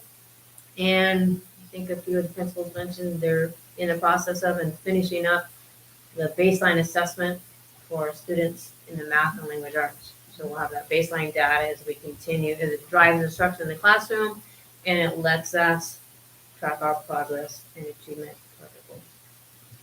Where our kids going, where they at. Some more things happening. We're gonna revisit that facilities plan, just remember what some of those top priorities are, see if there's any shifts or moving along as is. We're developing, working with our two tech gentlemen over here, we're starting to develop a long-term tech plan. In terms of safety upgrades, we talked about what can and can't be spent using that energy grant. There's a little state grant called Securing the Future. It's 20,000 per school, an allocation of 20,000 per school, and that is due mid-October. So Joe and I and the principals looked at that safety assessment, and we looked at the facilities plan and what were some of those top priorities that we could fit within that 20,000 per school and apply for through this grant. Another grant. Per school district or per Per school building. So really, $100,000. Great. That's why we have that fund balance that we have, because we're writing grants over here. She's a good grandmother. Yeah, excellent. Somebody asked me, I said, well, who's your grandmother? Well, that would be me. You probably already heard, the fire protection system. We found the leaks, we fixed the leaks, we got the clear on the fire protection system, and the shop kiddos were back there early this past Friday. Hallelujah. Hallelujah. Way to go, Joe. And the sports field, phew, we set a goal to want to be able to play at the homecoming, the soccer boys and girls play this Saturday, the kickoff homecoming. And it was a little touch and go this past weekend, but we had Donnie and Brian out and some of his team leveling the field this weekend. Joe and his team out assessing, inspecting, and watering and mowing. We had the coaches, the principal, myself out inspecting, looking, checking in. We even got the referee commissioner to come out and inspect the field today and give us the okay. Wow, good. So we will be able to play on the 23rd. That's wonderful. 12 o'clock, yeah. That's been a project in the works for quite a while. That is really nice to see. So the Yeah. soccer field are ready to go. That's pretty much all the highlights. This is just fun for me. The open houses were a great turnout. And the first days back was fun to just walk and visit the schools and see the buzz of the staff and the kids. And I just fully embraced Paul Bunyan Days from Friday night's events, water of events, logging events on the weekend. The fireworks was everything you all said and more. Front and center, it just felt like they were raining on you. And finished out Paul Bunyan Days with the parade, thanks to my team willing to entertain me on Monday. So, thank you. Very good. Very nice. It was good. I think that was a good overview. Thank you very much. Okay, we are now going to talk a little bit about Idaho School Board Association, which is a very important trade association to school board trustees. They do a lot of work to help trustees be able to know how to do their job. And we just had a September ISBA meeting in Boise that Jody Hendricks and I were at. And one of the topics that they gave a workshop on that we attended, had to do with civility and how to really have conversations that are meaningful and bring people together from different perspectives. Because that can be a problem when people are feeling that someone else is not hearing them. So the whole premise behind that workshop is to get people to be able to ask questions in ways that are not accusatory, condescending, and to just encourage good behavior between people so that they can actually have a discussion and hear each other, and then probably find a much easier path to coming to agreement or a common course of action. So it was a good workshop, and it was put on by the head of the Idaho Association of Cities, because cities always have to talk to counties, and Mark knows a little bit about this, right? Counties and cities and the state, and so those groups are not always on the same page, and so that was something that they had developed, and it should be helpful. We thought about bringing that workshop and presenting it to the entire general public. It would be helpful. So I did reach out to Phil Gore, who would be able to facilitate it, and Jody Hendricks was thinking maybe not last week, or you guys were thinking maybe end of October, November. So he was available one day and one time, November 1st, 2nd, or 3rd. I don't know if you want to look at your calendars or email Anna when you know. And that would be a workshop we can hold open to the general public, and it would be very helpful, I think, for people to come and to see how to communicate them with one another and work productively than we've seen recently. And workshop style would be more conversation and interaction. Right. It's not constrained then by open meeting law, which is hard to conduct back and forth conversation, but this would be a workshop style meeting, so there would be the opportunity for that kind of back and forth discussion. So what were we looking at? First, second, or November 1st, 2nd, or 3rd? Is it one day? Yeah, it's just a couple hours, kind of like our last board development workshop. The second I am not available. I'm available all 3 days.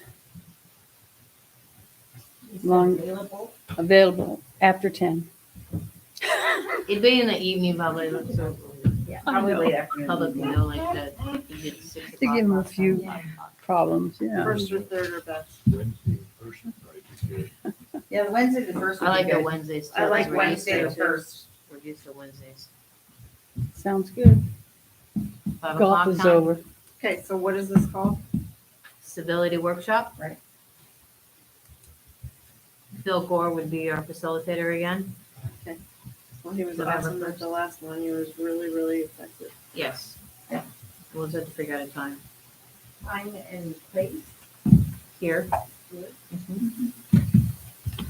Maybe 5 o'clock, 6 o'clock. 5 or 5:36, I don't know when people get off, and I would encourage people to come to that who are not just. Maybe we can send an invite to the county and the city. That might be helpful. Actually, I think Chair Hendricks did talk about that, and Phil Yeah. Gore, our facilitator, was open to that. Yeah, he is open to that, just to invite anybody, and Everybody's going through that. he and I were both, some of it are things that you have heard over the years, but it really pulls it together and really, I think, focuses people on how do we communicate? Because even everywhere, we need to get better at being able to discuss issues that we need to solve and be able to agree to disagree and come to some kind of resolution rather than not listen to each other. So, the other thing we had last week, some of us were there, was the Idaho School Board Association goes around and they go out to every region and conducts a fall regional meeting. And one of the things we did at that regional meeting was really talk about common problems that school boards are experiencing. And if you talk to school boards across the state, our problems in our district are no different than they are other places. Finding qualified teachers, being able to find resources to fix buildings because the state does not adequately fund facilities improvements or maintenance. and just a lot of the same problems in it. Really asking districts to work within themselves to find ways to advocate to get those things done or addressed at the levels that can be addressed. Some of this is doing advocacy with our state representatives. A lot of it is doing advocacy with our state representatives and getting our community involved to do that along with us, because we can try as board members, all of us try to engage and get involved with advocating for things we need that we know our school district needs. We need to band together with our citizens and come up with really an advocacy plan in order to make those things a broader effort on all of our community's part. That was one topic of that. We also talked about just as a board, functioning governance as a board, just how do we function well as a board? And I think we probably found that valuable. It's like, what are the 3 questions? You actually covered those in her superintendent report. We should all, as board members or as district staff, know, how are our students doing? What are we doing to improve our students' opportunities and how will we know if we're successful? And so those were all things, and talking about one of the key things we all sort of broke back into our district groups was what do we want to know? And one of the things that was talked about is just being sure that we all understand the data that we are being presented and what it means and how that informs us to take action. So I think we'll be hearing more about that at our future board meetings. So, and that will also help the public be able to know, what does the data tell us? And, there are pieces of data that need some context. And I think that would be important that we be sure to share that with everyone when we're sharing data points. We have the ISBA annual convention, which comes up in November. I think we are registered. I'm not sure who's going that November 15th to the 17th in Boise. That is an excellent opportunity for everyone to get a lot of education on different things. They have presenters from every walk of, or every facet of school district operations there. So you can get information on, building architects. You can get information on how bonds, work, legal updates on what is the legislative agenda shaping up to be. It's invaluable. I think any one of us who has gone always knows It's valuable at every stage that you're in. Mhm. As a new trustee, even before I was inaugurated in, right. I was invited to go. Yes. And so it gave me a heads up as to what did I just get myself into? Right, they'll do a whole workshop on school finance, because school finance is fairly complicated. And so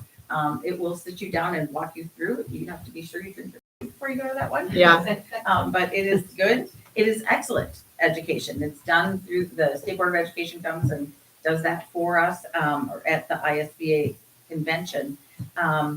This year, they actually do have their developed workshops for new board members who are in their first 1 or 2 years of tenure on a school board, so that you can sort of get some of the basics and hopefully bring you up to speed a little faster. They've also started a whole track for board clerks, so that the board clerks who are instrumental to helping the superintendent and the school board function, they do not have like a professional organization that does any of their education. So the Idaho School Board Association does that kind of work too. And they've got now monthly meetups for board clerks, and they're doing a whole educational track at convention. So there are funds the state designates for school boards to spend on going to this kind of education, and actually has some school board elected officials are the only elected officials in the state that have some required training per the legislature. So those funds are given to us and we go out and we get that education. So, and use those state funds for that. Yeah, last thing, I think we just have this, we mentioned this all the time. So anyone who's thinking about board opportunities and obligations, we have the education law seminar that is put on April 22nd, 23rd, 2024 in Boise. That is another invaluable educational tool for school board trustees to attend, because it covers all of the updates from the legislative session that will have closed at the end of March. And so you'll get to learn all the new things that have come down the road that may change what you're doing and gives you a heads up on policies you need to review and processes you need to change. And Did you say 22nd and 23rd? the 22nd, 23rd, 2024. Yeah. 24. 23, 24. Yeah. It's on there. Yeah. Yeah. It's on your agenda, yeah. It's not. At any rate, mark those days off on your calendar. That's usually a Monday and a Tuesday in Boise. I think that is all I have. There are 7 resolutions. The Idaho School Board Association does do advocacy on behalf of public education. What they do is there are, I think, 3 school districts in Idaho that do not have a membership in the Idaho School Board Association. So, plus, the Idaho School Board Association also includes public charter schools. So, it's a vast organization. The membership within the organization, there's an opportunity to put in resolutions, meaning legislation you'd like to see the state pass that would help public schools function. And so there are 7 new resolutions that have been brought up by school districts to the Idaho School Board Association. We will also see and vote on those at convention. The membership does. And Quinn Perry, she is actually doing a webinar on September 20th, which will, and I don't know what time, you'd have to go on Idaho School Board website, but doing a webinar to review those 7 resolutions. They're all good things. We heard about them. One of the things that I'm going to speak to when we bring it to the floor is just continuing some of the resolutions that have been brought in the past that are sort of things that we still want to see done, that they've already started working on. And the big one that we brought from our district last year was enrollment-based funding. Because right now, reverted back to average daily attendance to set how much money your school district gets funded to run. And average daily attendance is not the number of students that is enrolled. And you heard us speak of attendance. And when attendance is low, then that reduces the amount of money. I know that Danette told me that during COVID, the state had moved to enrollment-based funding, meaning they fund your students based on enrollment in your district. They aren't doing that anymore, and they changed it back to average daily attendance, and they fund it based on the number of students you have average daily attendance, and there's certain dates, and it's kind of complicated how they do that. But that reduces the funding that we get from the state. It was about $300,000 for this school year, but as a result of changing that funding formula piece. You read in the newspaper and heard on the news how much money the state had allocated to increase student funding, but then they changed from enrollment-based funding to average daily attendance, and that was, they gave it with one hand and they took it back because most school districts will get quite a bit less. And then that money is just being held in reserve by the state. They're not giving it to schools right now. So. Well, Debbie Critchfield's working on that. I know. Get access to that. Yes, yes, she is, and that is a good thing. The State Department of Education is working on getting those funds freed up to come back out to public schools, which was the intent originally, but yeah, we'll see. This is the type of thing that you talk to your state legislators about, and this is the type of thing we're talking about, trying to get our community educated so they too can go and advocate with our state representation on these kinds of issues, which mean a lot, because when you don't get the money that way, that's that supplemental levy, those extra funds that we ask from local property taxpayers. So that's probably enough talk on all of that right now. But that reminded me, because Debbie Critchfield did visit St. Mary's, I think, a few weeks back. And I should put my slide. She's going to be here tomorrow with Ryan Cantrell, who's the chief deputy superintendent. So those two are visiting St. Mary's for about an hour and a half with myself and Chair Hendricks. And we're going to visit the high school and look with the high school principal and look at we'll look at the whole program at the high school and also look at the CEP programs, because she's, set aside $45 million, particularly for remote or rural areas to apply for some CTE. monies.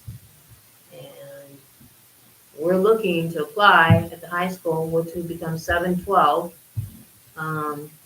Keeping the programs we have robust, for sure, and paying attention to visual and performing arts, and also continue to grow our C2 programs, adding forestry and auto mechanics. So we'll be able to visit, put a bug in here. And they're coming to talk to us about that, so that's a good thing, because Because it is. It's districts advocacy everywhere right can there. apply for that money, but we've got the ear of the people who decide who gets the money, so that's a good thing. So, thank you. Yeah. Your fingers crossed, good karma. Yeah. For that visit. And when you were talking about, when you were talking about all the ISBA and the board development and education and your learning, and I was talking about the learning we did with Phil Gore in our last development, and some of the books that he referenced. I also wanted to share, I learned a lot about each of you in that workshop, because part of it was building our trust, teamwork, and connections, and which makes us effective as we work well together and understand our vision and goal direction. And each of you, he had asked each of you, why the board? And you all talked about, graduating from here, or having kids who went through St. Mary, or having grandkids in the system right now, and just how important school district is to you, and also just wanting to serve the community. I wanted to thank people to know.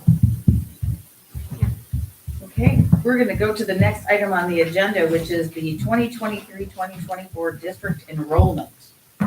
Well, you heard most of the principals shared enrollment, so you have a document there that shows our overall enrollment for St. Mary's in the month of September is a little higher than last year. And you heard from the building principals, second grade's got a little larger, eighth grade, a little larger bubble, and 11th grade. And then overall, our overall enrollment's a little higher than last year. So that's nice. That's actually good. Very good. Quick Nice to see you. question, just a curiosity question, Steve, Dave, you might know this. Do you have any kids coming down from Clarkia that are going to Fernwood? One that I can think of. We have two, There's one that's going to St. Mary's Middle School also. and one is, From Clarkia. because I rode that bus. I know, That was a ride. it was a ride. Benoit was a ride too. Okay, so Question, how many total students do we have? 953 total students, Yes. which is in the range that we've had, but it is up a little bit. by- Yeah, it was, last year at this time of year it was 939, and so now we're up a little with 953.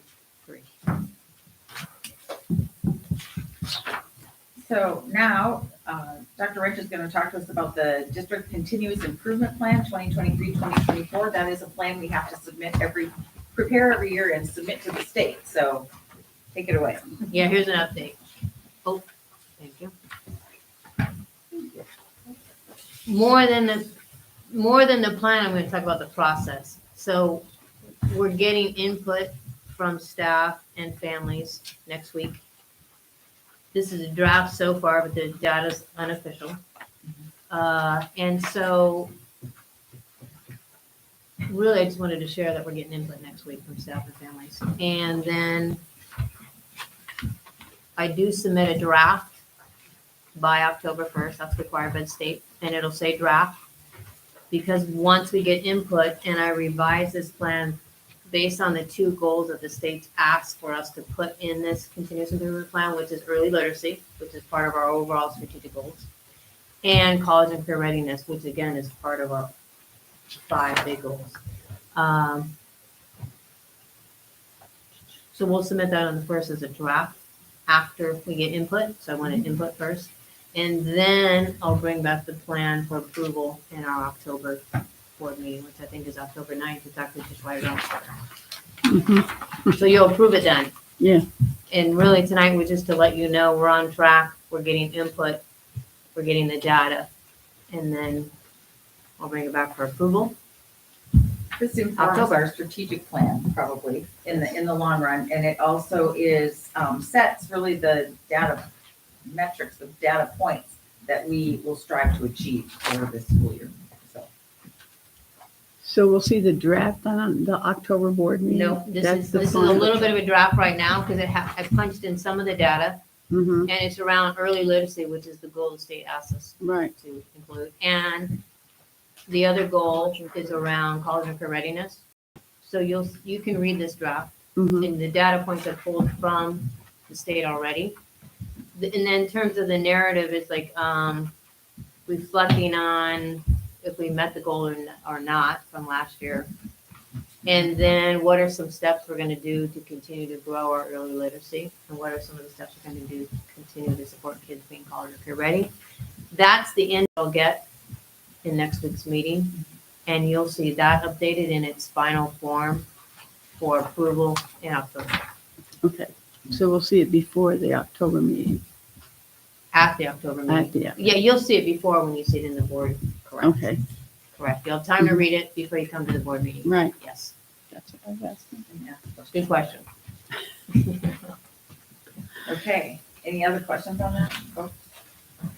Okay, how about, we have Dr. Rent's going to talk to us about a full-time custodial position, which I'm sure Joe is back there. He saw his whole body like this. Yeah, he's waiting. And some of the data points that are in this continuous improvement plan, well, I showed up there on that superintendent report. That was that college graduation and the early literacy. Mhm. That was the summary of this, broken down by grade level. So the full-time, really at this point, half-time, part-time has been hired. So we're looking to add another half-time, so it becomes a full-time position. You have a document in there to reference. So what that means is when we go to full-time, we're adding benefits. So to go full-time means it's an increase of about $10,000 for the benefits. Then the person to go full-time can work anywhere from, 5, 6, up to 7 hours. That's not maybe every day that we need that person to work 5, 6, or 7 hours, and it might not be every week, so it'll be sporadic. So that would be an increase of anywhere from 2,000 to just under 9,000, depending on how many hours they work when they're bigger projects like graduation. And they'd be housed at the high school. I was, we've talked about this before about creating full-time position to retain and attract and retain Quality staff. because that becomes the problem with hiring part-time maintenance and custodial staff. That's where the turnover is, and we've had trouble hiring those positions this year. Yeah, big positions. And you want to show the value of people. Mhm. So I bring it to you because it would be an increase of 10,000 to go full-time for the benefits. And then anywhere from 2 to like 9,000, depending on how many hours it works out the year. And where are we pulling this money from? Part of that fund balance. So that additional 12,000 up to 20,000 would come from that fund balance. And then we will say, Jeanette, are you comfortable with that? And when she says yes, we know we can be comfortable with that. And that gives one, all that does, that gives one custodian at each site. That would be really good Four. to have. Yeah. It might make Joe sleep better at night. Well, then somebody's intimately aware of everything that's One at going every on in site that that building. Landis does. Then they know their building. Right, they know their building, they're at their building, and Joe might get some other projects done. Yeah, and there's somebody there. Instead of, well, they're coming later. Yeah, should be conducive. What are the hours? Learning environment and screening. What? What are the hours? Well, it's anywhere, so it's gonna vary, so it can be the 4, 5, 6, 7, depending on, it's a minimum of 4 right now. And then it can increase to 5, 6, 7, depending on the projects that might take place that week. Until we get new heating systems in the winter, it'll be more hours. Like when there's games or awards Mhm. ceremony. Right, and there's Events extra. for cleanup, for janitorial, for extra events. I know that Joe's run short staff for a long time, so if A you've lot. got someone that you want to make sure stays and have the work that you need done when you need it done. I know that this is helpful.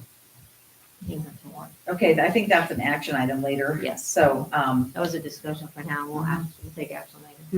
so now we have some policy updates, reading and review. We have some first reading. We do to pass new board policies just for everyone's benefit. We do a first reading and this month, a second reading the second month, and we take action on them at the third reading in the third month. Which is a long drawn out process, but everyone has ample opportunity then to take a look at them, give some input, make some adjustments or ask questions, and then we update our policy accordingly. So these three first reading policies, there's copies on the table. And this is an example as we move to electronic, people will be able to access this electronically. And you might be asking like, why do we pick these three when we're updating policy? Because there's a lot of policy to update. And really it comes from House Bill 163 regarding parent notifications. And so ISBA is just recommending like with House Bill 163, let's update your policies that relate to parent notifications. So these three relate to parent notification.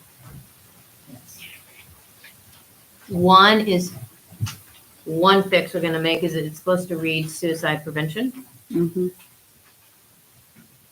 And remember the blue is, well, the red is the strikeout, what we're getting rid of, and the blue is the new way to write it.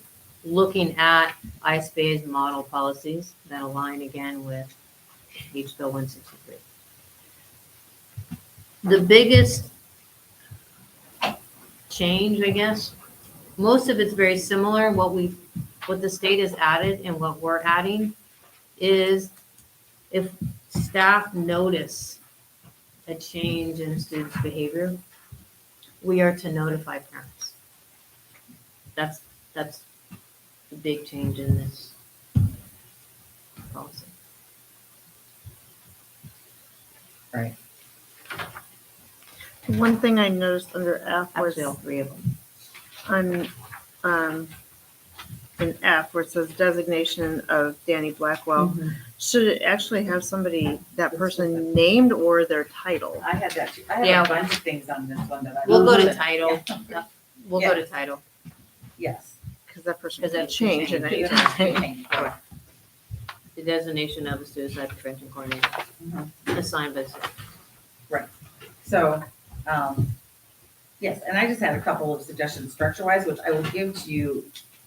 And then I think that's what we should all do is give our input. And then at the second reading, we'll get a new version of this. And then Yeah. hopefully by the third reading, we'll have a refined and perfect version of a new board policy to advance Then parental rights. parental rights, again, the biggest addition here is if we notice a change in students' behavior, we are to notify parents. Right, that's the blue at the end. Mm-hmm. Yeah. We've referenced this policy quite a bit, I would say since July, or maybe even earlier. And really, I mean, I read this and I read this I read this, I review it. And I guess the takeaway from this policy, or what I'm taking away from this policy, is it's meant to be a partnership between the school and the parents. Like, that there's reason, and there's a balance that we want to strike with informing parents and all of our other responsibilities, grading and lesson planning and being in front of the kids. So just, that's kind of how I surmise that. It's a partnership. And then we have the student health. And then, yes, Physicals. sometimes it's just easier to bring the model over. Mhm.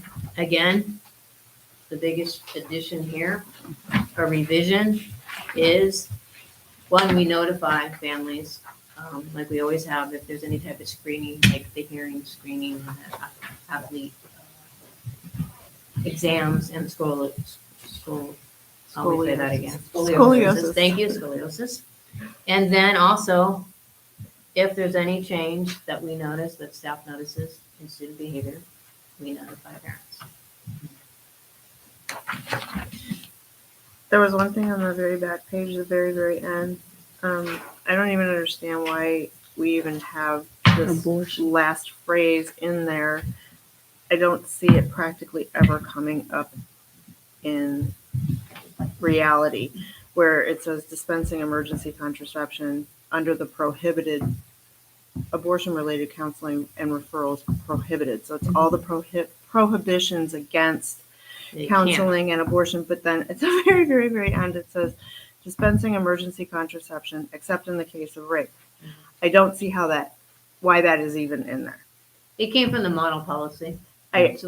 St. Mary's can talk about striking it. Right, we can, Mm-hmm. yeah, and I agree Strike that, because because in reality, it's not gonna happen. it's not gonna happen at the school district. It's not gonna happen. Yeah. It's not even necessary to have it in there. What that does is it's just, quoting the statute. It is. That's what it does, yeah. But it's, But the rest of the No. prohibitions are right, very clear and so yes, that quotes the statute, but we just don't do it at all, so, it's not going to happen right, it's not gonna happen here. in reality. I agree, I have comment right there. Yeah. All right. Okay, so then we have some second reading and review of other policies that we've looked at last month. This will get you all very excited for our meeting to be over. Yeah. Gives you policy review. I know. Those policies are there on the table as well. Second reading, administration of medication by school personnel. Again, most of this processes and procedures are already taking place at the school sites. And really the addition or revision was that there was some additional medications that staff is either trained in or kids can self-administer with all the protocols in place, like an EpiPen, for example. Right. Right. That So was for the those biggest watching one. on YouTube, it's things like asthma medications, diabetes medication, seizure medication, EpiPens, Insulin. yeah. How is that handled at school? So What about Narcan? That's at the Yeah, very Narcan's end. there. Narcan's in there. So do we have, that was one of my things I had it dovetailed here. Do we have an ongoing training process for somebody at every building to be trained in? They are trained And do we have Narcan each year, actually and we in, do, yeah, we on have, each premises? yeah, so that's part of that opioid program. There is a training for staff, and in each building, there's a little dispenser that's mounted to the wall, and it has the Narcan. It looks like it has a mask and gloves. And if people use it, you can do no harm. But they offer a training, and you can't go wrong by using Narcan. Which is nice. Yeah. And then you also call 911. Right, and then this also includes all the forms that everybody has to fill out to get school to deal with those medicines for your Yes. children. So, And or to self Mhm. administer medicine. Yeah. There's a Oh, action yeah, plan there's you have on file in self-administration. school with the physicians Right, who can do it permission and the themselves. parent.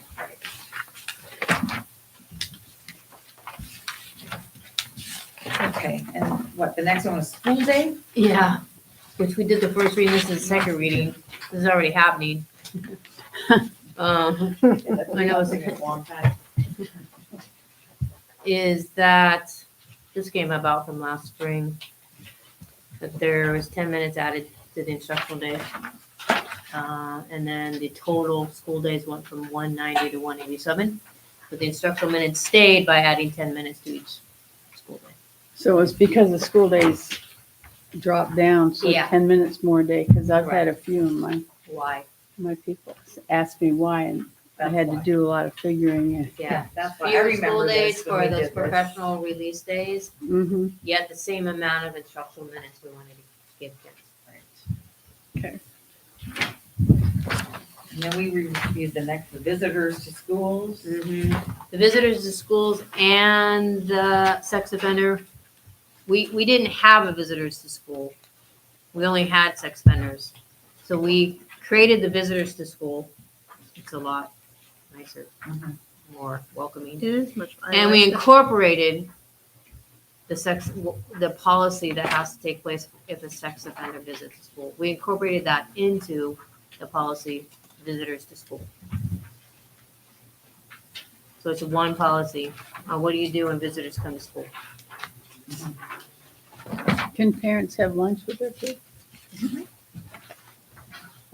Well, I know, yeah. I know my grandson wants me to come all the time. Your high school will run away from you. you have I to know, ask, yeah, I ask know. the student what they think. No. Yeah. Now, if you walk in with a pizza, That's Yeah, another story. yeah. then they They might. appreciate that. True. So everyone should know there's, sex offenders are addressed in that policy simply because there are sex offenders who have children in school. So you have to come up with ways to deal with that. Yeah, it's not your average sex offender on the street. Right. There's reasons why they But even, you have yes. to let parents who are sex offenders still have parental rights, so. Do we know who the sex offenders in our city are? You can, Yeah, there's a you can They're go online. the Okay. registrar. I know the register. They only have limited rights if they enter the schools. Like you said, Okay, send them so we don't have any third reading policies this month, but next month we will, so. We'll get first, second, and third. Yes. So, now we, this is where, does the board have any requests to administration for our knowledge and benefit? I think we covered. saturate you with information. We have had a lot of, yeah. Well, I know that at any time, if you have that kind of request, we can still give that request, Anna, Teresa, so things come up during the month. they do, things come up and then we ask, Yeah, You good? and then they get on the agenda and. I got my that's pen, all that I got my works. paper. I'm good. We're good. I've had mine. So now we are going to get to our action agenda. Oh, good. All right, we need to, review and consider a motion to approve the 2023-2024 school emergency and safety plan, which is what we covered in executive session. With safety reasons. For safety reasons, they are not made public in open meeting because they're the safety plan and the security plan, so. Need a motion and, I make a motion, we approve the 2023-24 school emergency safety plan. I second that motion. okay, is there any discussion? Just that the one is a draft. Draft. True. Right. Yeah, if you want to add that. Do I the- need to add that to the motion? Yeah, that you approve that one in October. And that we will approve the draft in October, For the From- final, right, for the final. whether we have an acting plan now. Mhm. A viable plan for now. I second Right, that that amendment. amended Amendment. motion. Okay, so we have motion, an amended motion, made a motion, a second, an amended And motion, and a motion, second to second. the amended motion. So I believe we are ready to take a vote. All in favor? Aye. Aye. Okay, and no opposed, motion passes.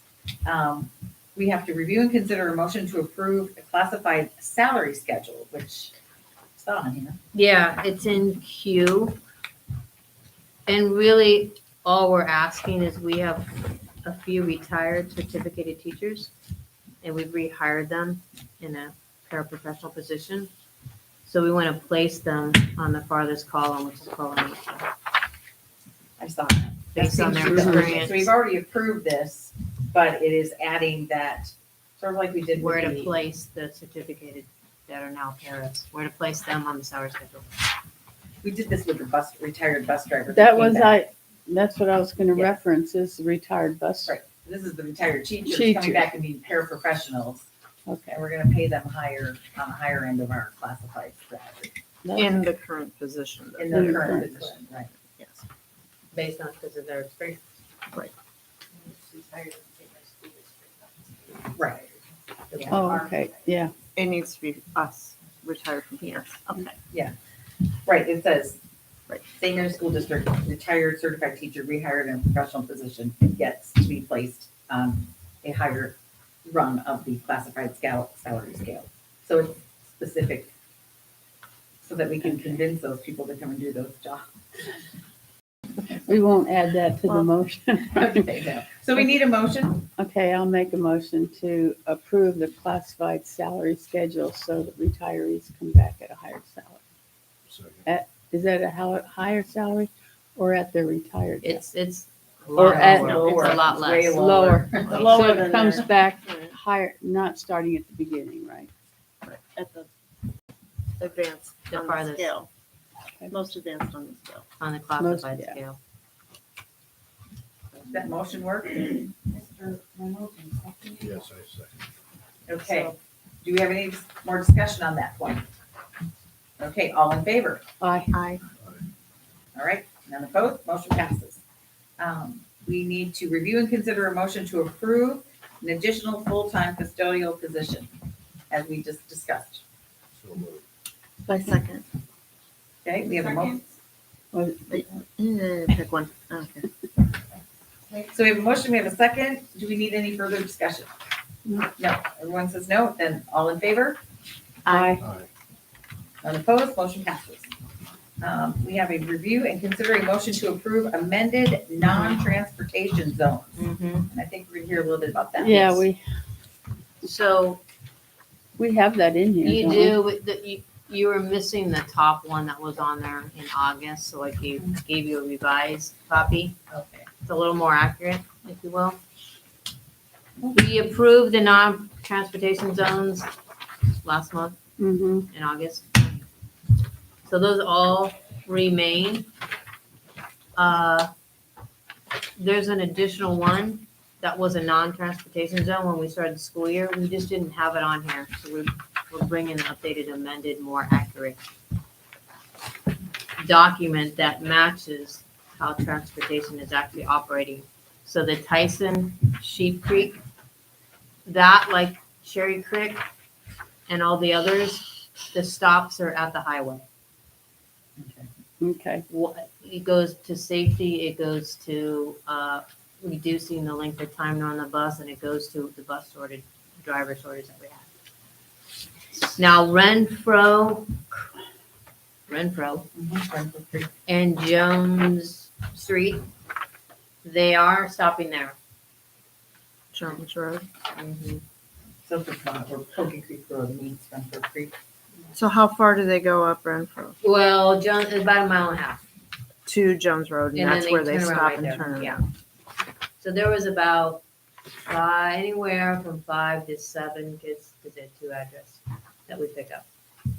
Okay, why don't So I see according to on this, there? you've just added Tamarack Creek Road opportunity. That was already there. That was? You approved that. The only one you are adding, or we're adding or updating is the last one, Tyson. Tyson. We started off the year that way. We just didn't have it on this document, so we're bringing it back to amend and be Okay. accurate with how the buses are actually operating. I'm blind, I don't- And then So you'll that see- was on this one though. Correct. Oh, And then you'll see in the next agenda item, we'll talk about parents who got the reimbursement. The in lieu of- reimbursement, yeah. So we need a motion to approve the amended non-transportation zone document. I make a motion. I'll second. Okay, any more discussion needed? Seeing none, all right, all in favor? Aye. Aye. No opposed, motion passes. We need a motion to approve the 2023-2024 applications for in lieu of transportation. So when the bus doesn't come and get you, and you're more than a mile from the bus stop, 1.5. or 1.5 miles from the bus stop, you are entitled to reimbursement from the school district for mileage bringing your child to the bus stop. And At So the state, at the okay. rate. And for At the state reimbursement rate. rate, mileage reimbursement. Plus $10 an hour, or geez, $10 a month for your vehicle. I make a motion that we, consider motion to approve the application for in lieu of transportation when the bus is, should I say, 1.5 miles, 1.5 miles from We your have, house. we have two people who would apply. For clarification, that's as the crow flies. So, yeah, Not thank you, I as was the gonna creek say that curves. after. We took some parent input and How does that work? we asked the state director of transportation. So we are doing Google Map the road. The road, okay. I'm thinking about some people of Cherry. Yeah. Going 1.5 I know. crow flies. Yeah, that's, Yeah. So we're doing the Google Map the road, the quickest. okay, safe so route. do we need And then to add we're that? reimbursing based on that. Okay, okay. Wanted clarification on that, okay. Yeah, that was a good question, thank you. Right, and I see one of them, and we had this one last year with the airport Yes. Mhm. transportation. It's a student that flies Do we still have that? for the deaf That's one of them. school. So You we fly- reimburse the parent for driving to the Airport? airport. So, Mr. Brown accepted it. all right, so we've had our discussion. Are we ready for a vote? All in favor? Aye. Aye. Aye. None opposed, motion passes. Mhm. That was an aye. Aye, yeah. Okay, all right. I was looking All at right, a motion we are to the motion to adjourn. I so moved. Hi, second. All right, we are hereby adjourned. Thank you all for your patience and for coming tonight, Okay. and for watching if you made it through this presentation. Yeah.